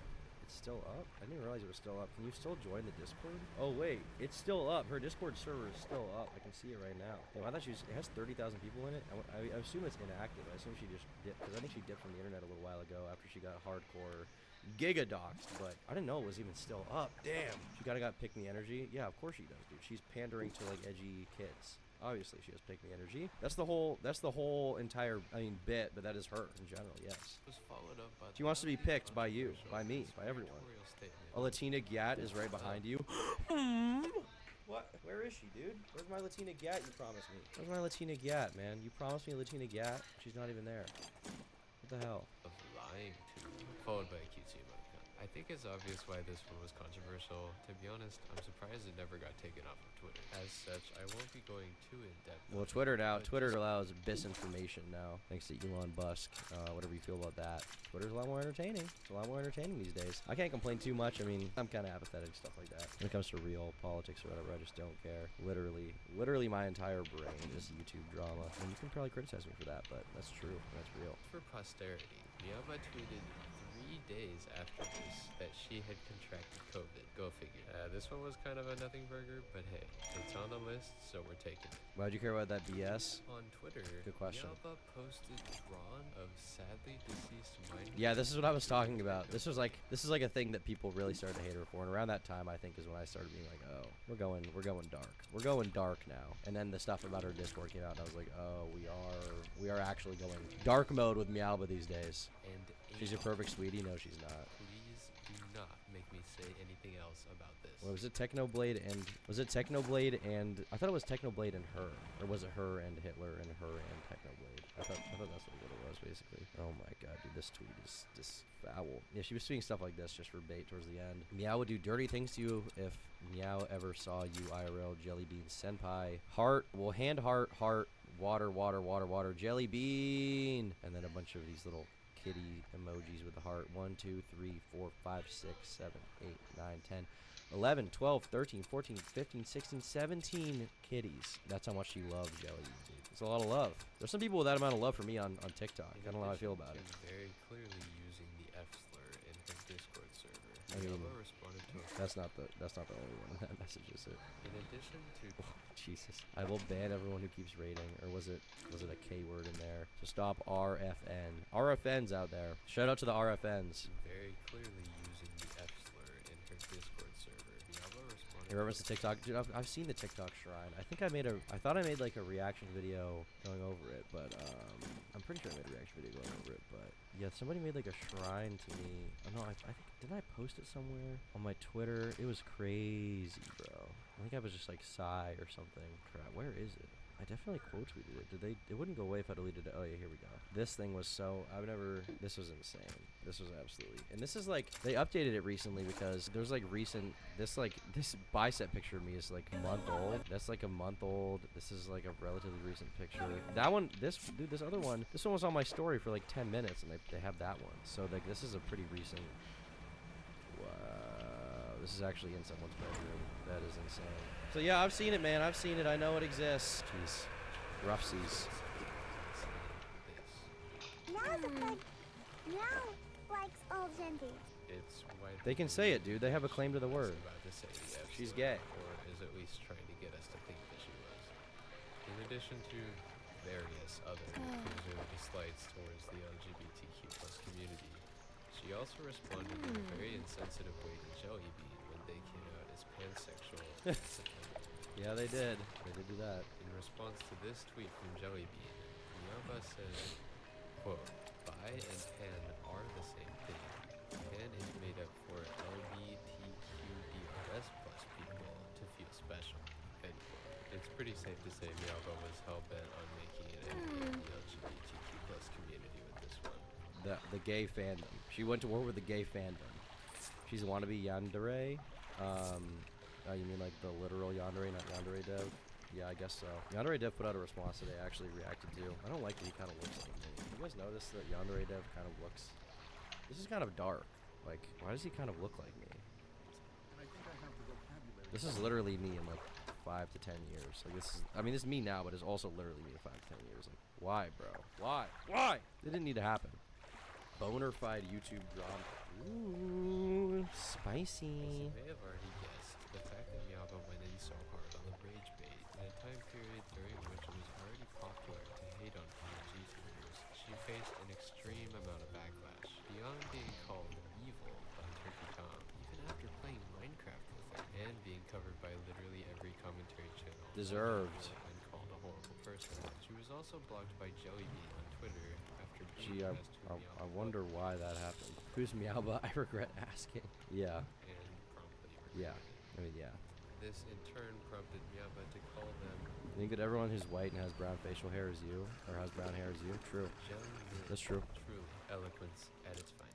In the midst of the mountainous vitriol Miaba was currently facing on all corners of the internet, including her Discord server being constantly raided by haters, a response was warranted. This resulted in what can only be described as the ultimate schizo post YouTuber apology hybrid. Of course, no responsibility was taken. Instead, Miaba bizarrely attempts to pin her I shouldn't even see this. Meow has bipolar disorder and dissociative identity disorder, so many of Meow's actions were actually Meow's system Okay, obviously this isn't even a real response. This is a complete troll with a city skyline in the back. That's pretty funny. But yeah, obviously like Meow would never even cared to be a good person. They were just a complete troll through and through. They weren't trying to build a reputation, so there's no way you're gonna see. I'm a Meowbarian. That's dark. Mega Chad and chat. That's dark, buddy. That's real dark. Ban the Meowbarians. and keep track of all of them long enough to write them in a script. Then, the video ends with the implication that Miaba was going to commit suicide by jumping off of a balcony. Although some people were initially concerned, she was posting again within a month. It's thought that she recruited someone inside of her Discord server to record the footage of them going. I mean, probably did, because otherwise she'd be kind of doxing herself with a video like that. I mean, not that you should do it unless you're doing anything illegal, but you could easily figure out where this person is from that video. Although some people were initially concerned, she was posting again within a month. It's thought that she recruited someone inside of her Discord server to record the footage of them going to a high place for her so that she could imply that she committed suicide. Oh, god Is it weird at all when you get mentioned in these things? It feels a little weird, but also, I mean, I don't know. It's more normal at this point now that I've been involved in internet stuff for a long time. I'm kind of just desensitized to it or whatever, but I mean, yeah, it does feel a little bit weird sometimes for sure. But I also kind of just don't, I don't know. I'm desensitized to the fame or whatever. I just kind of don't care. It's cool though. It's cool to be involved in these little internet history things. When it's in a positive way. When it's in a negative way, when they have a negative opinion of me, I hate them. It's fair to say that I personally don't have too many problems with what Miaba had done up until this point. Yeah. Was it callous and cringy? Probably Yes, same. without a question. Was it funny? That's more subjective. Was it offensive? Certainly. But was it grounds for the visceral reaction people were having to her? I'd say no, because to me I mean, no, but that's also what she wanted, so it literally was grounds. Like, the whole point was to rage bait people, and she got that successfully, so obviously that was part of the plan all along. So, I mean, if you want to be rage bait, and then you end up being rage bait, I mean, you can't really defend a person who's done that, right? You can't really be surprised by that kind of happening. No, at least it's clear that this person was just putting on an act for attention, and you'd be very hard-pressed to argue that they actually believed anything they were saying. However, the actions that were uncovered next are not acceptable, no matter how genuine one's intentions funny because it's or ironic. how ironic they're being. I'm gonna leave it. Stop with this picture, I'm stop. not going to be going very How come every time he says something sincere, he has to have Mario's fat gat on screen? We didn't need that. in-depth about what was found in Miyaba's Discord server. I can't show you most of it without blurring, and even if I could, I wouldn't want to. It's frankly very gross. Before I even say anything, I'd like to say I've included links in the description for anyone who has ever struggled with self-harm. And if you don't want to hear any disturbing things, skip to chapter 3. Timestamps are in the description as always. But essentially, it was discovered that Miyaoba would reward people with it. Was this the schizo you were talking about, Paleocon Groiper? Why did you reward Miri, Tofu, and 3 other girls in special roles for carving? I think I remember this guy being it. I think when I had a server, he came in the server wanting to show me some evidence or something, and I was like, well, if it's underrated, we probably shouldn't show it to me. You should just probably report it to the police or whatever. I think they did that. In their server, Hopefully. with a special role, if they would cut her name into their skin with a blade. If that wasn't already horrible enough, 3 of the people who engaged in this behavior and were given a special role were minors. When confronted about this by another member of the server, Miyaoba responded, quote, "Because self-harm is lols." And of course, they followed this up with the N-bomb, because, come on, if that wasn't Come on, enough, you got it. the CP was circulating around Miyaoba's server. I got messed up. Why can't you just cut that? Just cut. You realize you can just cut the audio, right? Bro, you send me an email. I'll give you some tips and tricks. You can just cut the bad audio parts, and no one even knows. You don't even need this little message on screen. Simple and easy. But that's enough of that. Honestly, the fact that I dedicated such a short portion of the video to Miyao's most heinous misdeeds might make some people upset. I wouldn't blame them. Well, it makes sense though, because you can't even show it, right? But for the sake of all our mental states and for the watchability of this video, You summed it up pretty well, in my opinion. I think that description was far and away enough for all of us to understand the kind of reprehensible behavior Miyaoba engages in behind the scenes. Ron Swanson, are you sick? That is my real name, and I am sick. My name is Ronald Swanson. We should still be extremely wary about how we let this person interact with minors on the internet. Or anyone, probably. Because if you look at where Miyaoba's at now, she basically hasn't suffered any consequences from any of this. Well, what are you supposed to do? I mean, you call the cops, you're like, hey, this person in a server allegedly did this thing that I can't really prove, but it kind of happened, but it didn't. I don't know their name. I don't know where they live. I don't really even know what they look like. They may have had this old YouTube channel called Peachy Cub. They're going to be like, okay, I'll take that really seriously. Thanks, bro. And then they're going to hang up and shred whatever paper they were writing up. Like, what are they supposed to do, you know? Sure, her original TikTok and her original Discord server are nowhere to be found, but her name hasn't been wiped off the internet like you might expect. So let's get into where Miyaoba is now. If you do even the slightest bit of research on where Miyaoba's been, you wouldn't be remiss in thinking that her content has changed entirely. This is because there seems to be a group of people on YouTube who refer to themselves as gacha animators, who think that Miyaoba either has already attempted to or will attempt to join their community in the future. She definitely has. I mean, people like this who are terminally online. Something you'll learn, most people never leave the internet. They never leave, truly. Because how are they supposed to leave? What are they supposed to do with their time now? They've been spending the past 10 years of their life online, posting cringe content. You expect them to just leave? You expect them to just up and leave? No, obviously that's not going to happen. So you're going to see stuff again. You're going to see stuff again. You're going to see them come back in whatever form it may be, you know, whether they're a good or a bad person, whether they were canceled or unjustly canceled. They're not going to just leave the internet entirely. Like, that's obviously not going to happen.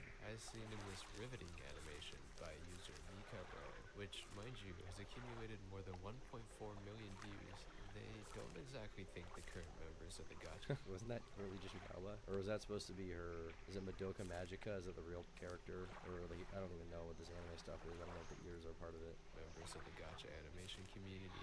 I don't know if that's unique to Miyaoba or not. And can I just say, even with the possibility that Miyaoba is a totally reprehensible and irredeemable human being, it's very hard for me to read the comments of these people vilifying her without laughing. If she actually joined the gacha community, I will literally find 6,872 reasons why her existence is the reason how pollution started. Proud gacha TikToker of the gacha community, we don't claim her as a gacha TikTokers or a gacha tubers. We will pass her to the PNG tubers community instead.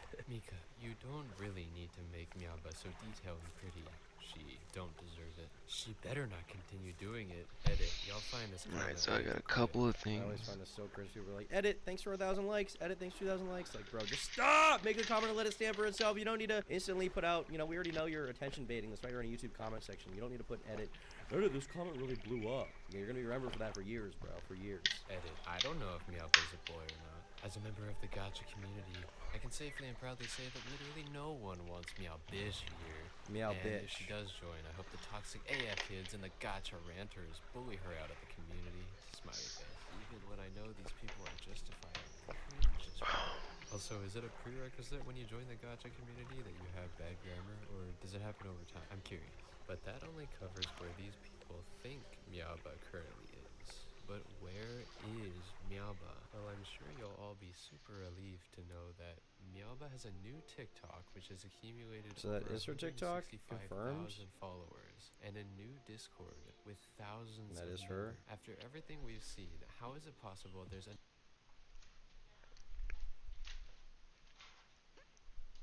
I'm hungry.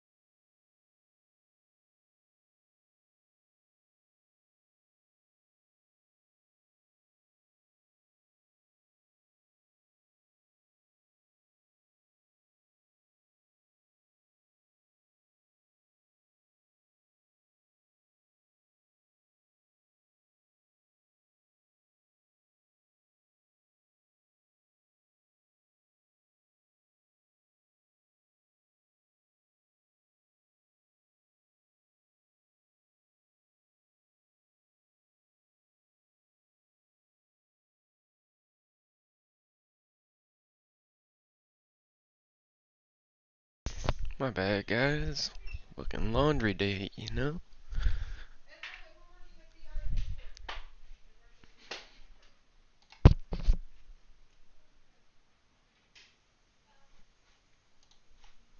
Another Meowba Discord. Okay. Maybe she's changed? What kind Not of... because she's changed, but because Discord moderation doesn't do anything. They're all furries anyway. And also, what are they supposed to do? Like, people are going to send them, like, support tickets being like, she did this. And they're going to be like, well, it's a new account. How do we even know this is the same person? All this, you know? content is she posting? If you look at only the most recent TikTok post she's made, you might understandably have felt a glimmer of hope. You'll be greeted by a frankly pretty well done animation over music, with no screechy childlike voice or racial slurs to be found. Whoa. That ends pretty quickly though. If you scroll just one video down, you'll find Reading Meow's Discord Questions Part 18. Thank you, bro, for the 5. Appreciate it. I do have a Zin in already, King Moxie. Don't you worry. Posted October 21st, 2023. And if you keep watching, you'll find that Meowba's right up to her old antics again. For example, when one of her Discord members prompts her to, quote, pray for Pastaline and, quote, wear a hijab in the next video. True. She complies, pasting a hijab onto her avatar and reminding her audience to, well, I'll let her say it. Don't forget to hit that like button if you're praying for the Pasolinian people too! In another set of her videos, Meowba presents a version of her avatar that is undergoing what I can only describe as digital black. She's transracial. She describes So beautiful. herself proud black trans male and made an entire TikTok using an AI Jesus voice that, well, Christ. let's just say it seems to contrast heavily with her normal voice. Reading Meow's Discord Questions, Part 16. Her trolling at this point is much tamer than it Black once Meowba? was, but it's still Black pretty Meowba? insane. And I can't believe she's still keeping this up after everything that's happened. In terms of her Discord Black Ba? server, well, I actually joined it just to see what was going on in there. Yes, I know, sacrificing my mental health and well-being for a video that probably won't crack 1,000 views, but such is life. What I was I'm not gonna immediately join greeted that. by was No way. apparently, there's been a bit of a change in how the Discord is run. Meowba herself has taken a much less active role, and her spastic followers basically just chat about random stuff. She only joins in when there's something like a giveaway or a video announcement. I just so happened to join while the main chat was in the midst of a heated discussion about edging. Foreskin was mentioned, so that's great. Honestly, I don't know what I was expecting from that. Well, that was a pretty good video from Jormy. Obviously, you know, we know Meowba's history a little bit. This gave us a little more detail, but it's not really surprising. Meowba hasn't really changed, and it's basically where she was in the beginning. Again, hopefully she doesn't do what she used to do again, but it's not really surprising to me once again that is what ended up going down. Well, it was surprising at first, looking at it in retrospect, just given how like apathetically edgy she was, not caring about anything, and I mean, she wasn't even trying to build a career or anything. She doesn't even care. She's just posting cancer online repeatedly. It's not really surprising to me. Happy Ramadan because she's eating pork. Is that the joke? I get it. Yeah, I mean, it was, you know, she had her funny moments, she had her bad moments. You can fix her, Tom. No one can fix her, bro. Literally no one can fix her. So I'll give this video a like. If you guys want to check it out, I'll put it in chat as well. Shout out to Jormy49 for putting the story together. Thanks for the shout out, bro. Appreciate it. That's about all I got to say about Meowba, though. That's about it. Hopefully she changes her swag to not be a complete freak anymore, but I'm not that confident in it, to be honest with you. I'm not. And be sure to become a member. For $5 a month, they get the members-only podcasts and exclusive videos that only members get. Thanks so much for your support.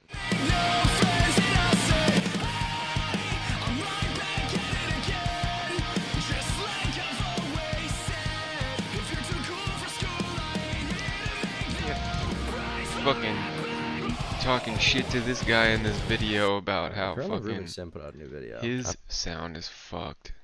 Give me a break, bro.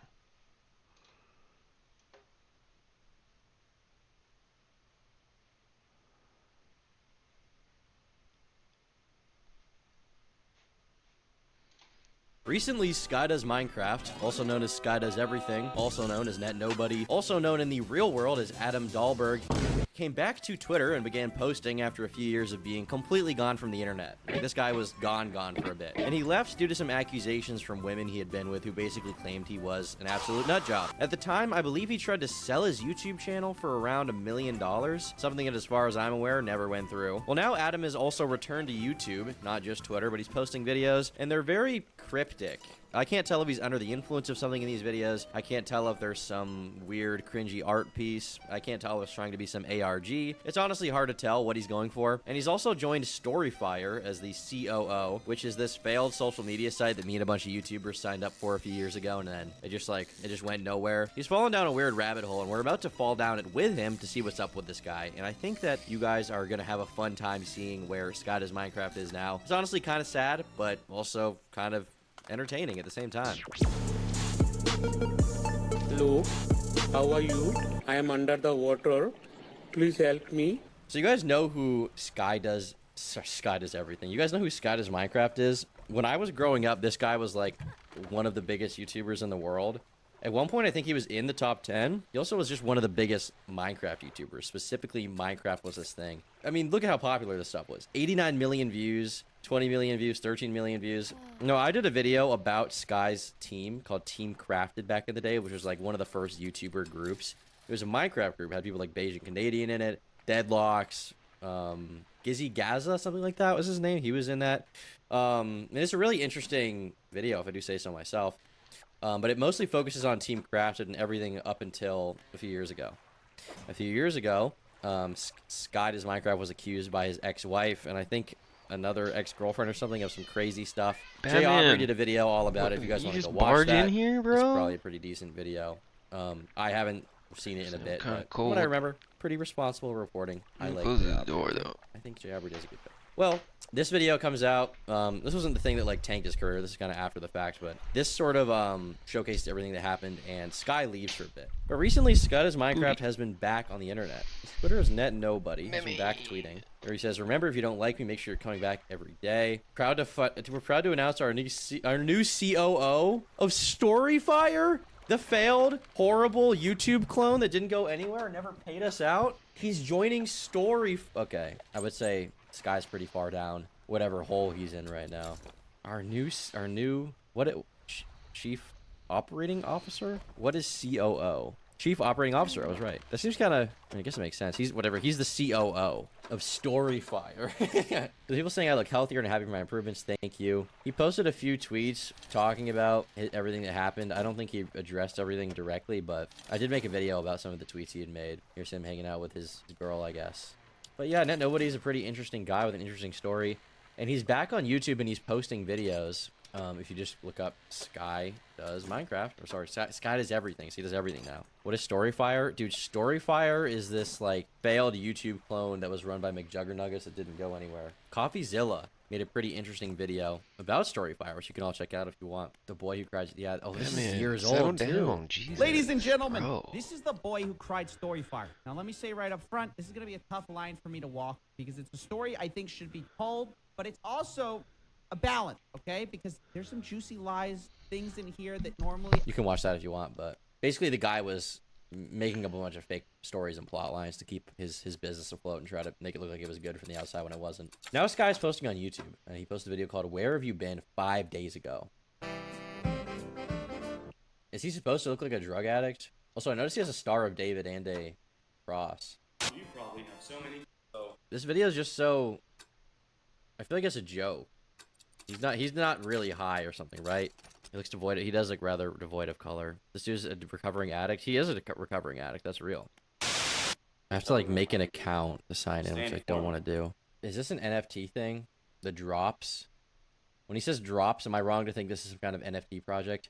I'm sure many of you have several questions that a small video like this will not be able to go over everything. I'll be releasing updates as I go along via the link provided, answering questions, showcasing some interesting things you probably didn't expect.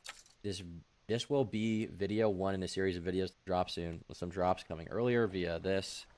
I have lots of discussing. Okay, maybe it's not an NFT thing. If he's saying he's going to drop videos, feels like a schizo post. I mean, it's supposed to be a schizo post, but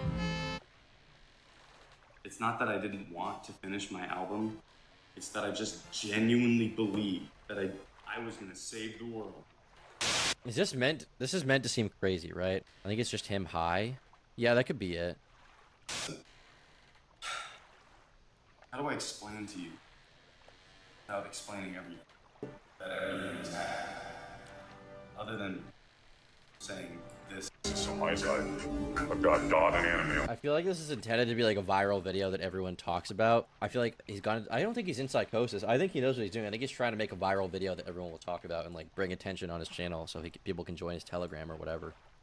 What are the comment section like on this video? 52.6. The legend up. There's one comment. Yeah, over buddy. Oh, the nuts. Is there Oh, a the glitch? nuts. Pal. Pal. How's there one comment? Chill out. For Licify? Getting access to games early, especially when it's I feel like I know of this guy. The furry Pokemon guy. I got a new job documentary. What's happening? Done forever. Well, if it isn't you guys again. So, I understand that last video might have been a little jarring. Might have. No comments? This is a glitch, right? No, not. Because if he's deleting all of them, well, why wouldn't he just turn them off? Why would he delete them? Ease the concerns of Buddy, the masses. And I you gotta understand that, and that's why I made that video. He's always had that weird artsy approach to his creation, but it's too much of a tryhard that comes off very edgy. I feel like he hasn't always, because he used to have a consistent kind of thing to his videos where he would just post every day, and it was like every single day. Verified users only? Oh. So you have to have a check mark. Oh, maybe that's it. So, I'm here with a hat. What is he hoping this will accomplish? This like weird Tim and Eric unsettling A24 thing. What is this? I'm the COO of Storyfire now. That's my new job. I do that. My job is the COO of Storyfire. Okay, I commented. See if it's still there. It's there. To me. No. But maybe it's not seen by the rest of the channel. I don't really know. That's my new job. I do that. My job is the COO of Storyfire. What is this girl? Is this his girlfriend? What's she doing here? Yeah, it's okay to be jealous. Storyfire? Who goes there? No one. Literally no one. Hats off my head. So, listen. There is some people posting. One video for 15 days ago has 177 views, so I guess they're blowing the f up. I'm surprised this website's even still up. If you followed the Telegram, then you would know this now, that I'm the COO of Storyfire. So, I do want to go ahead and say that I have been doing well mentally. I've been just kind of focusing on that, actually. I wound up getting this job with Storyfire. You would probably actually know all of this information. I get this is supposed to be like funny or something, but it's just annoying. Did he block you? No, he didn't. Already, if you're on Storyfire, because I dropped this on Storyfire 15 minutes early. Like birds, I know you guys have so many questions, but you know I can't actually give you answers. Updates Discord. Literally all my entire life. I didn't get to say that. Maybe I'll join the updates Discord. Just wanted to be funny, and not a lot of people found it as funny as I did. I do have plans for this channel. Oh, it's the Storyfire official server. I'll join the Storyfire official server. Announcements. There's like 10 people using this server. There's nobody here. I can just show you guys what's going on in this server right now. I mean, you can see there's nothing. There's no one using this thing, right? You can clearly see. We go to general. Cancel advertisement without semen between the tits. I guess this is the kind of conversation that's going on in this server. What is this picture? I want to meet him so bad I'm just scared to say hi. He was saving the world. Treat him as you would any friend. He's only human. Go with the flow. I think it's the first time I met him in person. It was scary, but he walked up, hugged, said hello. Told me how short I was, and it was one of the best days. Is that Bam Margera? This guy kind of does look like Bam. He's doing CSGO stuff. That man, what rabbit hole is Sky falling down? Who convinced him to invest whatever money he has left into this company, dude? Nobody's gonna use Storyfire. I think this is an attempt at a ARG. Maybe. It seems to me like he's trying to get some kind of attention right now off these videos, which is not hard to guess, but like a specific kind of attention, you know? And it does involve you guys. So, like, I can't say much about it yet, but, and I have a documentary coming about the last 3 years. I know you guys really want to know about that. There's a documentary coming. All right, listen. So, I told you guys that I have plans for this channel, and I can't really keep it. So, there's a link that you will see right here. This is a Discord. I'm sure you can put two and two together. Storyfire Discord. And we're going for the One Piece. I know that I haven't spoken my side on a lot of things. If you can't tell, it's Did he add that in post? because I'm working on Jurassic Park. This could be you. What mental illnesses does this guy have? Can somebody tell me? Because this is just kind of sad to watch how far this dude's fallen. I'm not saying he's like in psychosis right now, but this guy had such a crazy career opportunity. It was so fire. By her side, I've been staying in a positive mindset. Those who missed it on X, I was primarily gone to focus on my mental. You continue. Positive mindsets. For those who missed it on X, you know, I gave a brief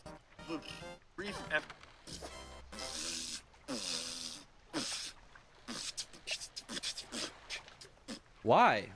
Why is he doing this right now? This is not. For those who and I get like my sense of humor is horrible. Like I think Too Mad's funny. I'm an idiot, but this is just not. What is he doing? Those who missed it on X. AM says popular Storyfire creators include. Yeah, none of those people use Storyfire, bro. I haven't seen Subordinary Gamers, Bo Blacks, Leafy, or Boogie log into Storyfire in how long? Yeah, I gave a brief, super brief update.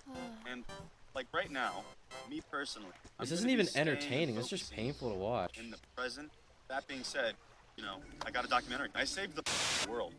You don't know it, but I did. The mycelium network. I was fighting the super mega under the ground. Is that a super mega reference? I was fighting the super mega. Said, you know, I got a documentary. I saved the world. You don't know it, but I did. The mycelium network. I was fighting the super mega under the ground.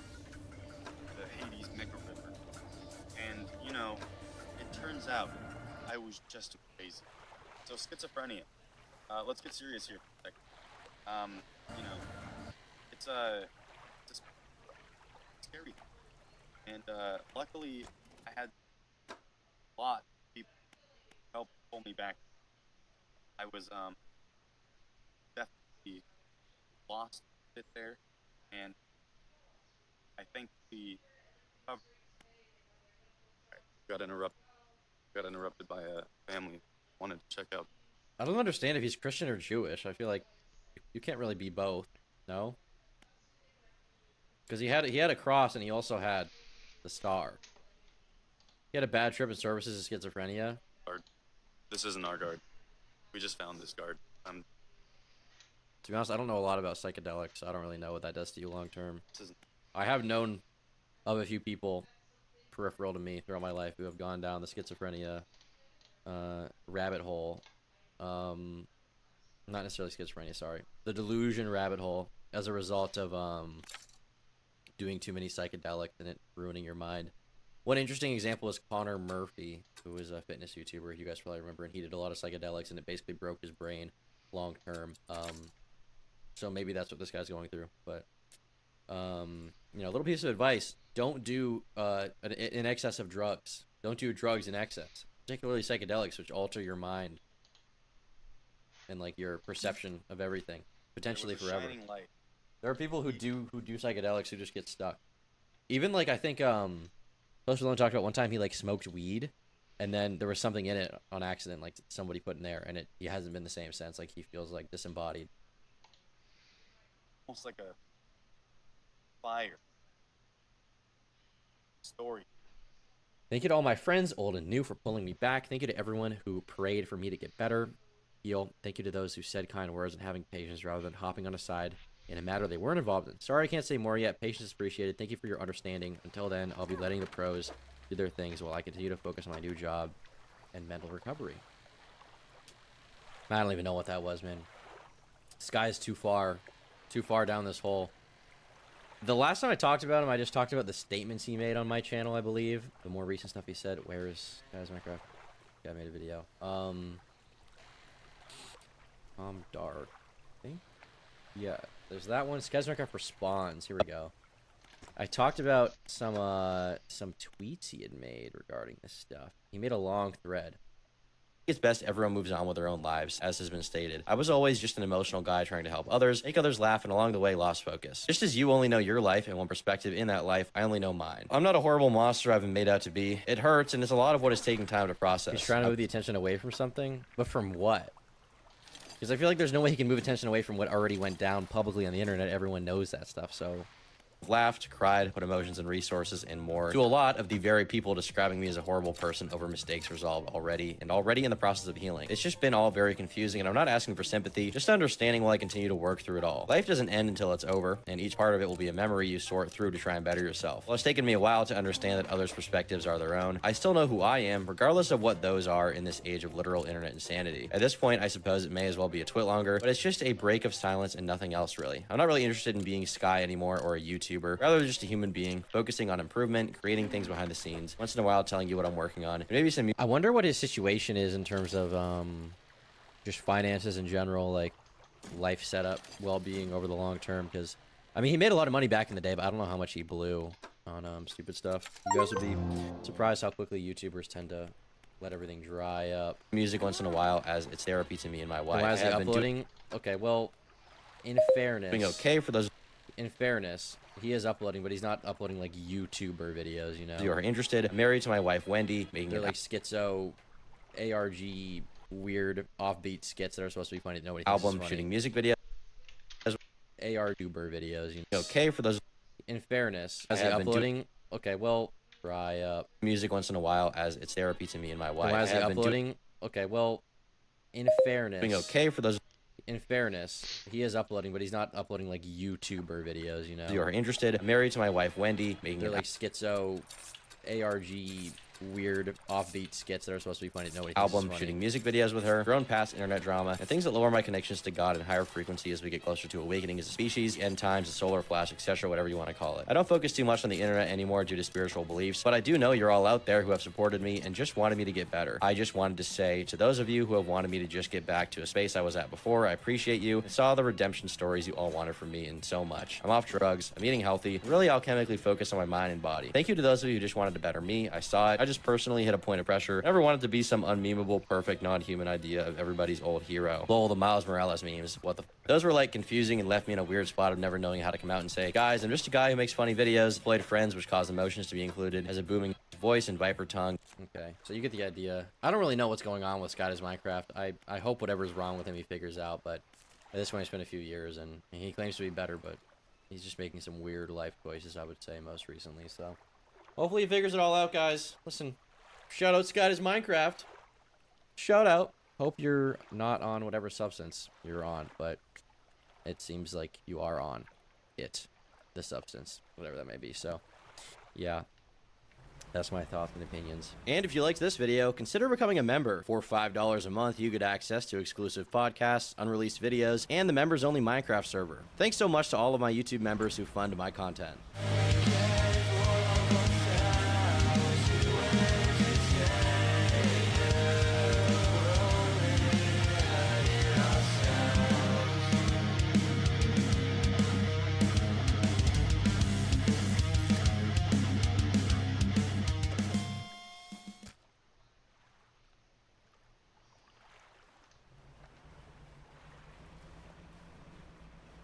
So it's been about 3 months since everything went down with the Illuminati drama. It all started when a content creator named Blair made a post claiming that someone was plagiarizing her content. Another channel by the name of Legal Eagle. Not at Legal Eagle broaching my editors to take my video style.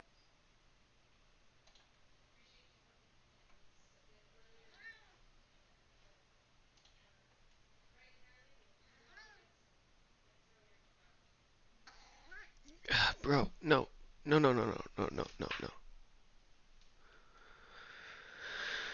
Jesus. Recently,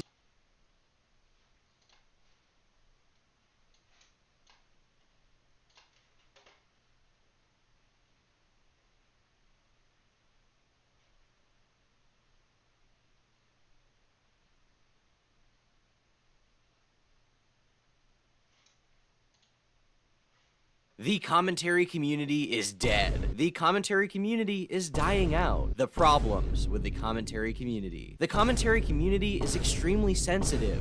The problems with the commentary community. Oh hey, I made this one. Relax.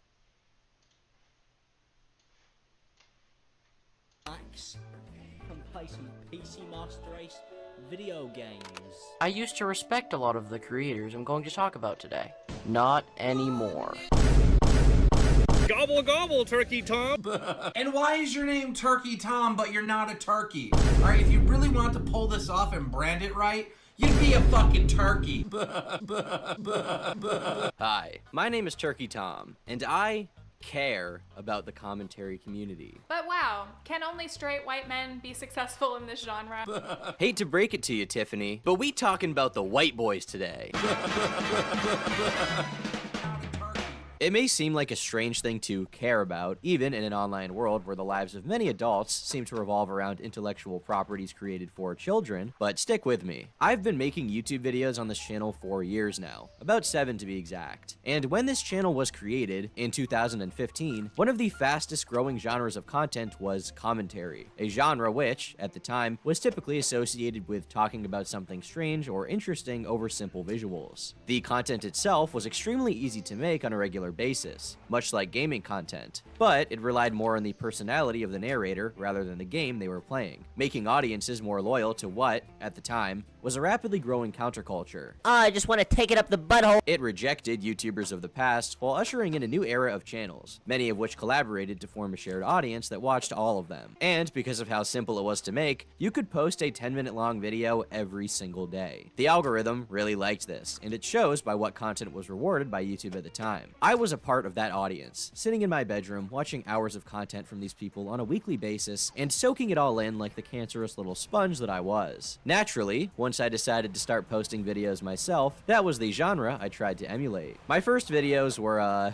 bad. Even by bad video standards, they were just abysmal from any point of view you could possibly conceive. To this day, I am confused by why I had not thought to graduate from Windows Movie Maker or post videos in a resolution higher than 480p. Even when jokes about drinking bleach were on their way out, there I was making my very own bleach cocktail. But I guess we all have to start somewhere. And, well, there we go.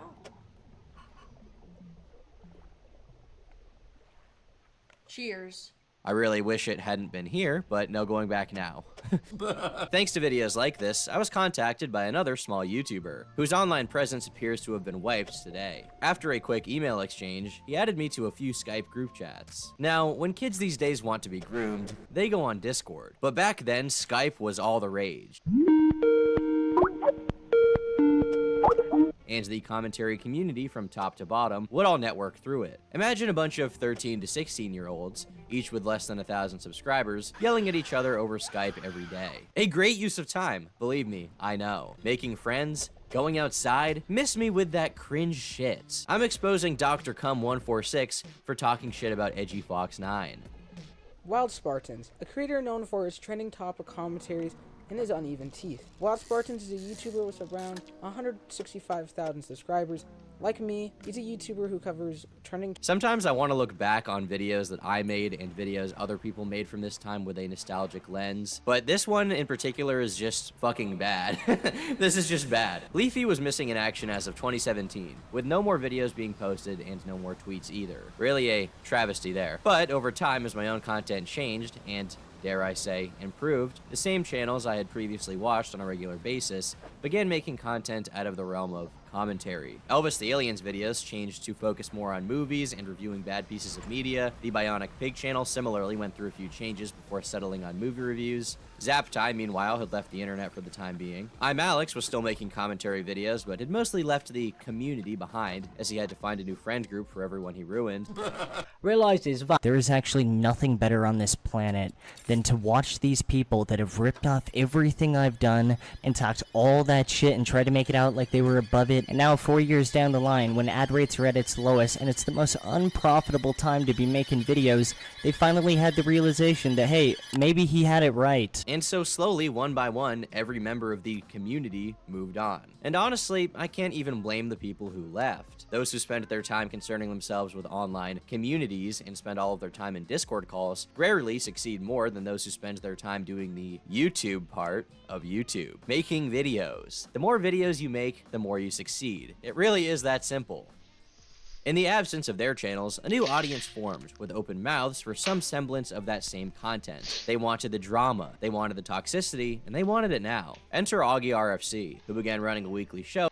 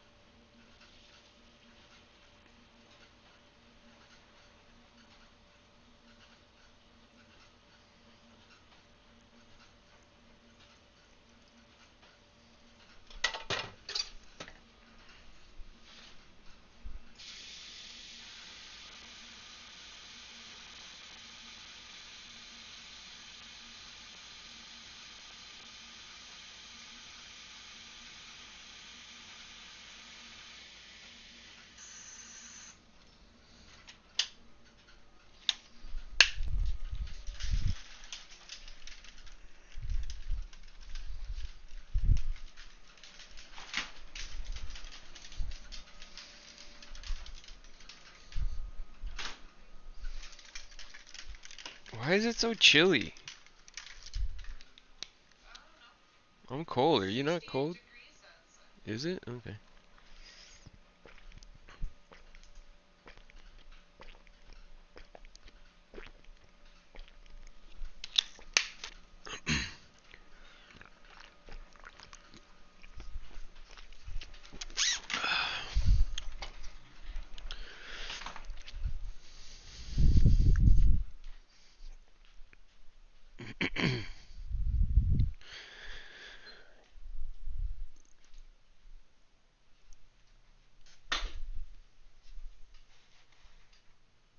To discuss happenings of the community. No matter how petty or trivial, he was there to talk about it. Wait, hold on now. Rose, we have one of the people you're making a video on, Turkey Tom, who's just joined the call. Yeah, what's up, you dumb fucking bitch? Yeah. Oh my god. I see him in the chat. I see him. Boblex, meanwhile, acted as a documentarian, and I use that term very loosely, collecting tweet after tweet to give people breakdowns of each stupid internet fight. Once again, no matter how petty or trivial. Channels like Nicholas Diorio, John Swan, and perhaps myself became the next wave of channels to be the most critical of others on the site. Instead of using Facecam, we opted for a video essay format, which is another way of saying that I am extremely pretentious. Meanwhile, another wave of channels, heavily inspired by H3H3, came to fruition. The video we're checking out today is a video called My Epic Morning Routine. Populated by former Viners, these guys were funny but got rid of the edgy humor much of the old guard had used in exchange for a more sanitized and mainstream tone. They did not aim to upset people, in fact they aimed to please, something which went pretty well. Are they somehow uniquely capable in pulling off this type of humor? Oh! Ew! Dude! What the fuck? They proved to be more successful than any that had come before, as faces like Drew Gooden, Danny Gonzalez, and Cody Ko are now staples in online culture. But going back to me, one of the greatest debates among some of us in my little corner of the internet regarded the existence of reaction commentary, a term coined to refer to a genre of channels who still relied on the format popularized in 2016. Unrelated gameplay footage, talking about some cringe content, and posting each and every day to get the most amount of views possible. It was a formula that worked, but for some reason, I rarely see the history of this genre discussed at all, knowledge which I am actually privy to. This 7-year-old kid actually stole his grandma's SUV? That's pretty savage. Alright, so on the internet, there are two different types of people, okay? You can either be a normie or an intellectual. And trust me, you're probably a normie, unless if you're sub to me. Say some dumb shit like, I hope everyone here is having a great day today and doesn't die tomorrow. I was not the biggest fan of these channels. Names like Scrubby and Triggered Tro made steam leave my little ears. But today I've developed a greater appreciation for their place on YouTube. So that's what this video is about. The Leafy clones who prove that commentary as a format will never truly die.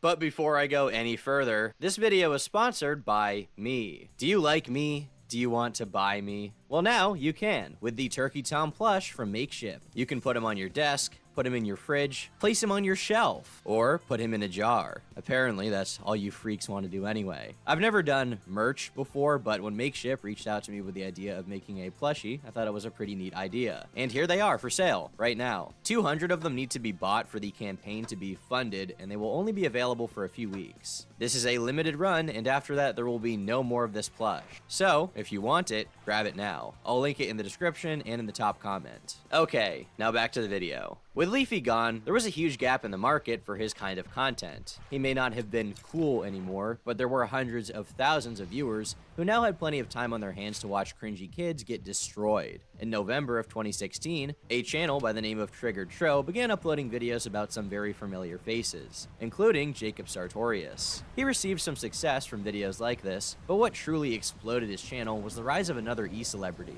In September of that year, a young girl by the name of Danielle Bergoli was invited to appear on reality TV show Dr. Phil. There, she uttered the phrase, "Catch me outside, how about that?" This single episode helped massively in bringing the show to a new generation, with clips of her and other similar characters going viral online. These videos then became memes in their own right, something Triggered Tro was quick to capitalize on. Yeah, the bedroom has a lock, the third door on the right next to the bathroom, the attic, the kitchen pantry, that one door to the right of the dryer. Fuck, dude, they just gave the whole layout of their house. By the way, how fucking high is this girl right now? My god. And who is selling weed to this girl? And where is she getting weed from? For the next few years, Tro continued posting similar content a few times a week, growing growing his channel to more than 1 million subscribers and over 150 million collective views. He was wildly successful by any metric, and it seemed like things were only looking up. But one day, he decided to just walk away. No more videos, no more tweets, he was just gone. Naturally, some of his viewers became curious as to his whereabouts and began digging for answers. On question and answer site Quora, an anonymous poster claiming to be his former friend gave what seemed like a decent explanation for his disappearance. I used to work with him. I understand that there are a lot of people who want to know where he is and how he's doing. He made a lot of money off of YouTube. You need to respect him for that. He was consistently hitting videos in the fucking several millions. Of course, all of those views didn't mean anything when all of your videos get demonetized. I want to say around upwards of 95% of his videos lost ad revenue when YouTube decided they would take that fortune. You have to understand, James was never in it for the long run. He stayed for as long as he made money. He was probably more tight on money than me before he started seriously committing to YouTube. He wasn't about to make videos for free, and the donations weren't exactly making up for all that previous lost revenue. This seemed to be a reasonable explanation at the time. Considering the amount of footage he used of television shows, it's possible much of Triggered Tro's catalog was claimed by copyright holders, who then took the majority of his incoming revenue. But recently, Tro came back to YouTube out of the blue with a short video addressing his departure, where he stated that the post was not from one of his friends, and his name is not even James, as the original poster claimed. So it appears they were just lying for attention, to put it bluntly. By the way, I know for a fact that none of my friends can put together something so organized as this essay thing we got going on. Is this MLA format? I hope this was a school project, bro. Regardless of his recent return, Tro was gone for 3 years. He left a huge gap in the market for other channels to monetize his audience, much like Leafy had done before. And what's more, Tro had proved to up-and-comers that there were still viewers hungry for that kind of video, making fun of cringy kids. Funnily enough, the next success story in this genre would come from an actual child.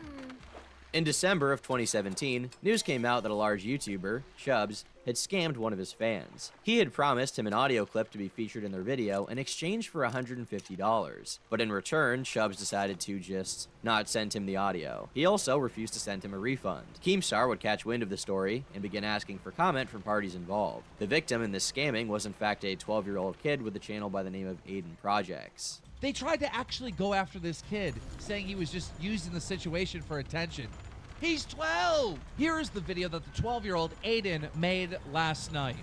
Roll it. I just want to say that many people want to stop me from making this video, but I am releasing it because I want to get out what I want to say. No Keemstar, no iNever, this is all coming straight from my mouth. Before I release this video, Chubbs now wants to talk. Why didn't you talk to me weeks ago after you scammed me? Oh, that's right, because you don't give two shits about me. The only thing you give two shits about is your reputation. You and your group of friends are a bunch of manipulators doing what you do best. Manipulate.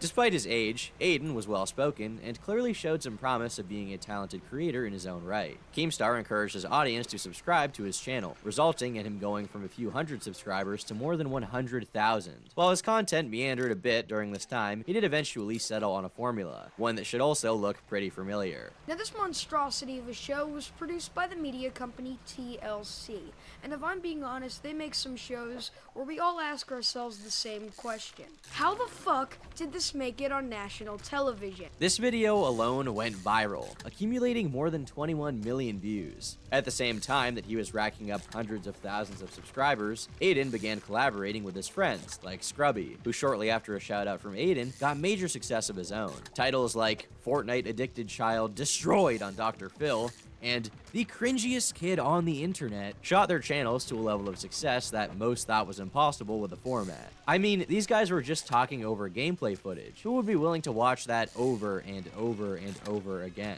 Well, perhaps as one demographic aged out of monetized cyberbullying, another aged in. This created a market for people like those mentioned prior, as well as Benji and Cyrus to do exactly the same. At the time they were succeeding on YouTube, really blowing up, I kind of hated them. In fact, I made a video on this very channel, where I mocked them for their poor attempts at humor and repetitive videos. Part of this was because I didn't like their videos, but part of it was probably also because they were succeeding way more than me. While I had 100,000 subscribers, they had 500,000. While I wasn't really trying to make money on YouTube and had barely even taken the time to monetize my stuff, they were the same age as me, making tens of thousands of dollars a month. But the truth about these videos, whether you like them or not, is that they are popular, and people who can do them well are very successful. Time and time again, I have seen the claim that the commentary community is dead. But somehow, every 2 years or so, a new wave of teenagers becomes extremely popular by making YouTube videos talking about cringe. Take Poncho, for example. In early 2021, he became the next big name in this content, making video after video roasting children and eccentric reality TV show stars. Alright, ladies and gentlemen, how's it going today? It's your favorite Mexican raincoat here. You see the title. Today we're taking a look at Mr. Vegan Teacher once again. This is probably the crossover of the century that we're currently witnessing. I couldn't believe my eyes when I saw this video in my recommended. To give you all an idea of just how much he blew up and how insane it was to watch, in December of 2020, he had 30,000 subscribers. In January of the next year, he hit 200,000.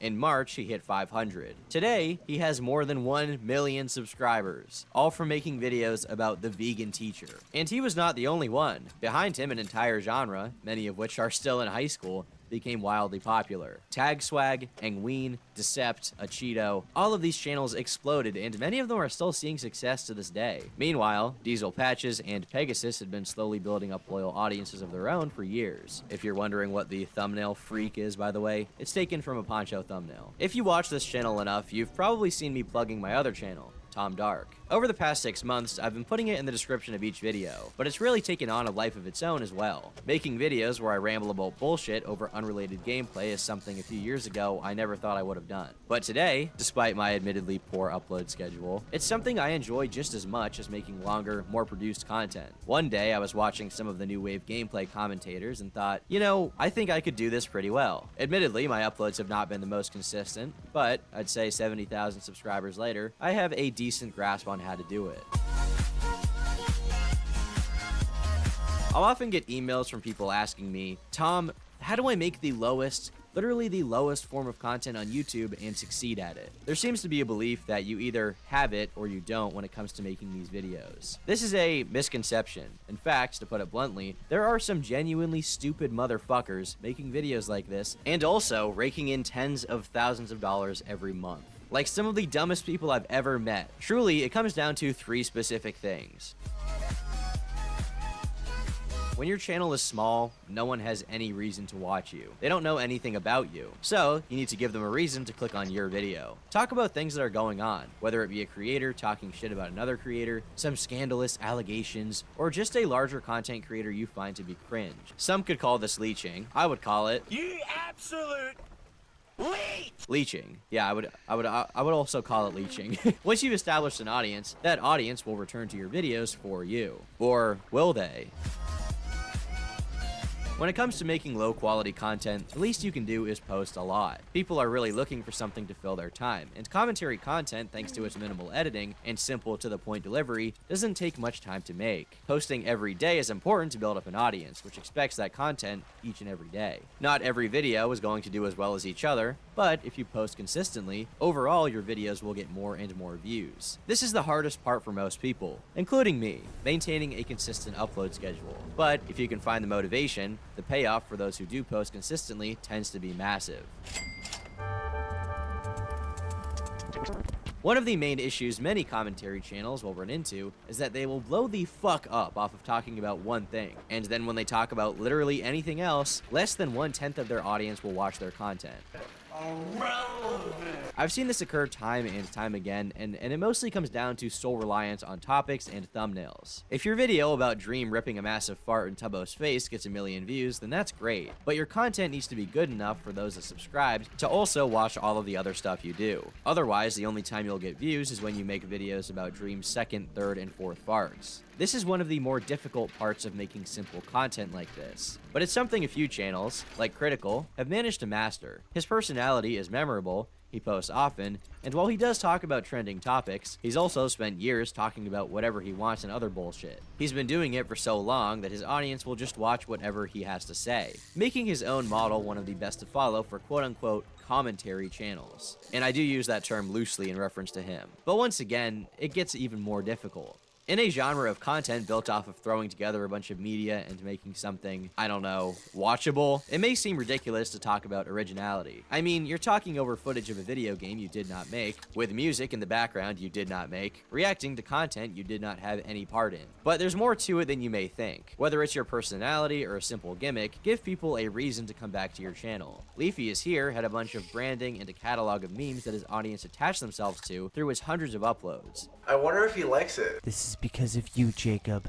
This is all because of you. His personality became familiar to them, as did these seemingly superficial things he associated with his channel. Diesel Patches, meanwhile, had a patented brand of dry humor combined with his terminally disinterested voice, which became a meme itself to his viewers. Good morning, my N-words. This is something that can be intangible and hard to explain, but it's been done before and it will be done again. It's really something that is developed as a result of consistently posting videos and, frankly, being yourself.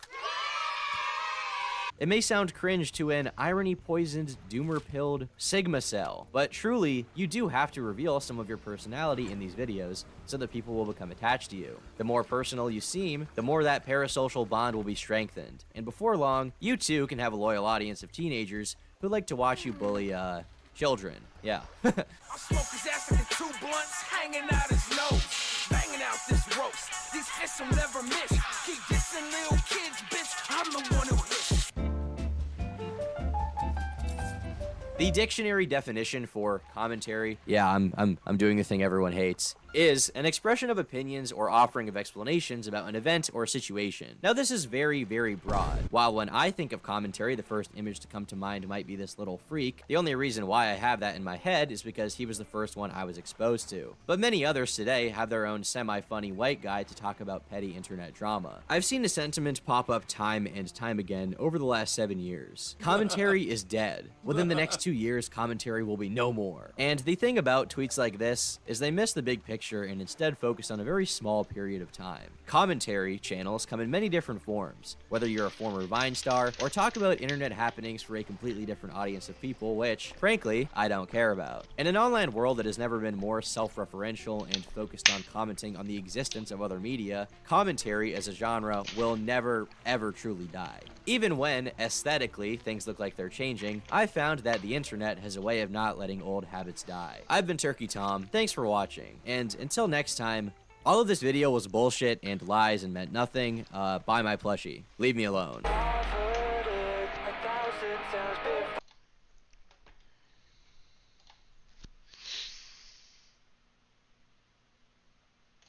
What's up, guys, and welcome back to the Tom Dark channel. I'm your host, Skibbity, and today's topic is increasingly stinky feet. Increasingly stinky feet.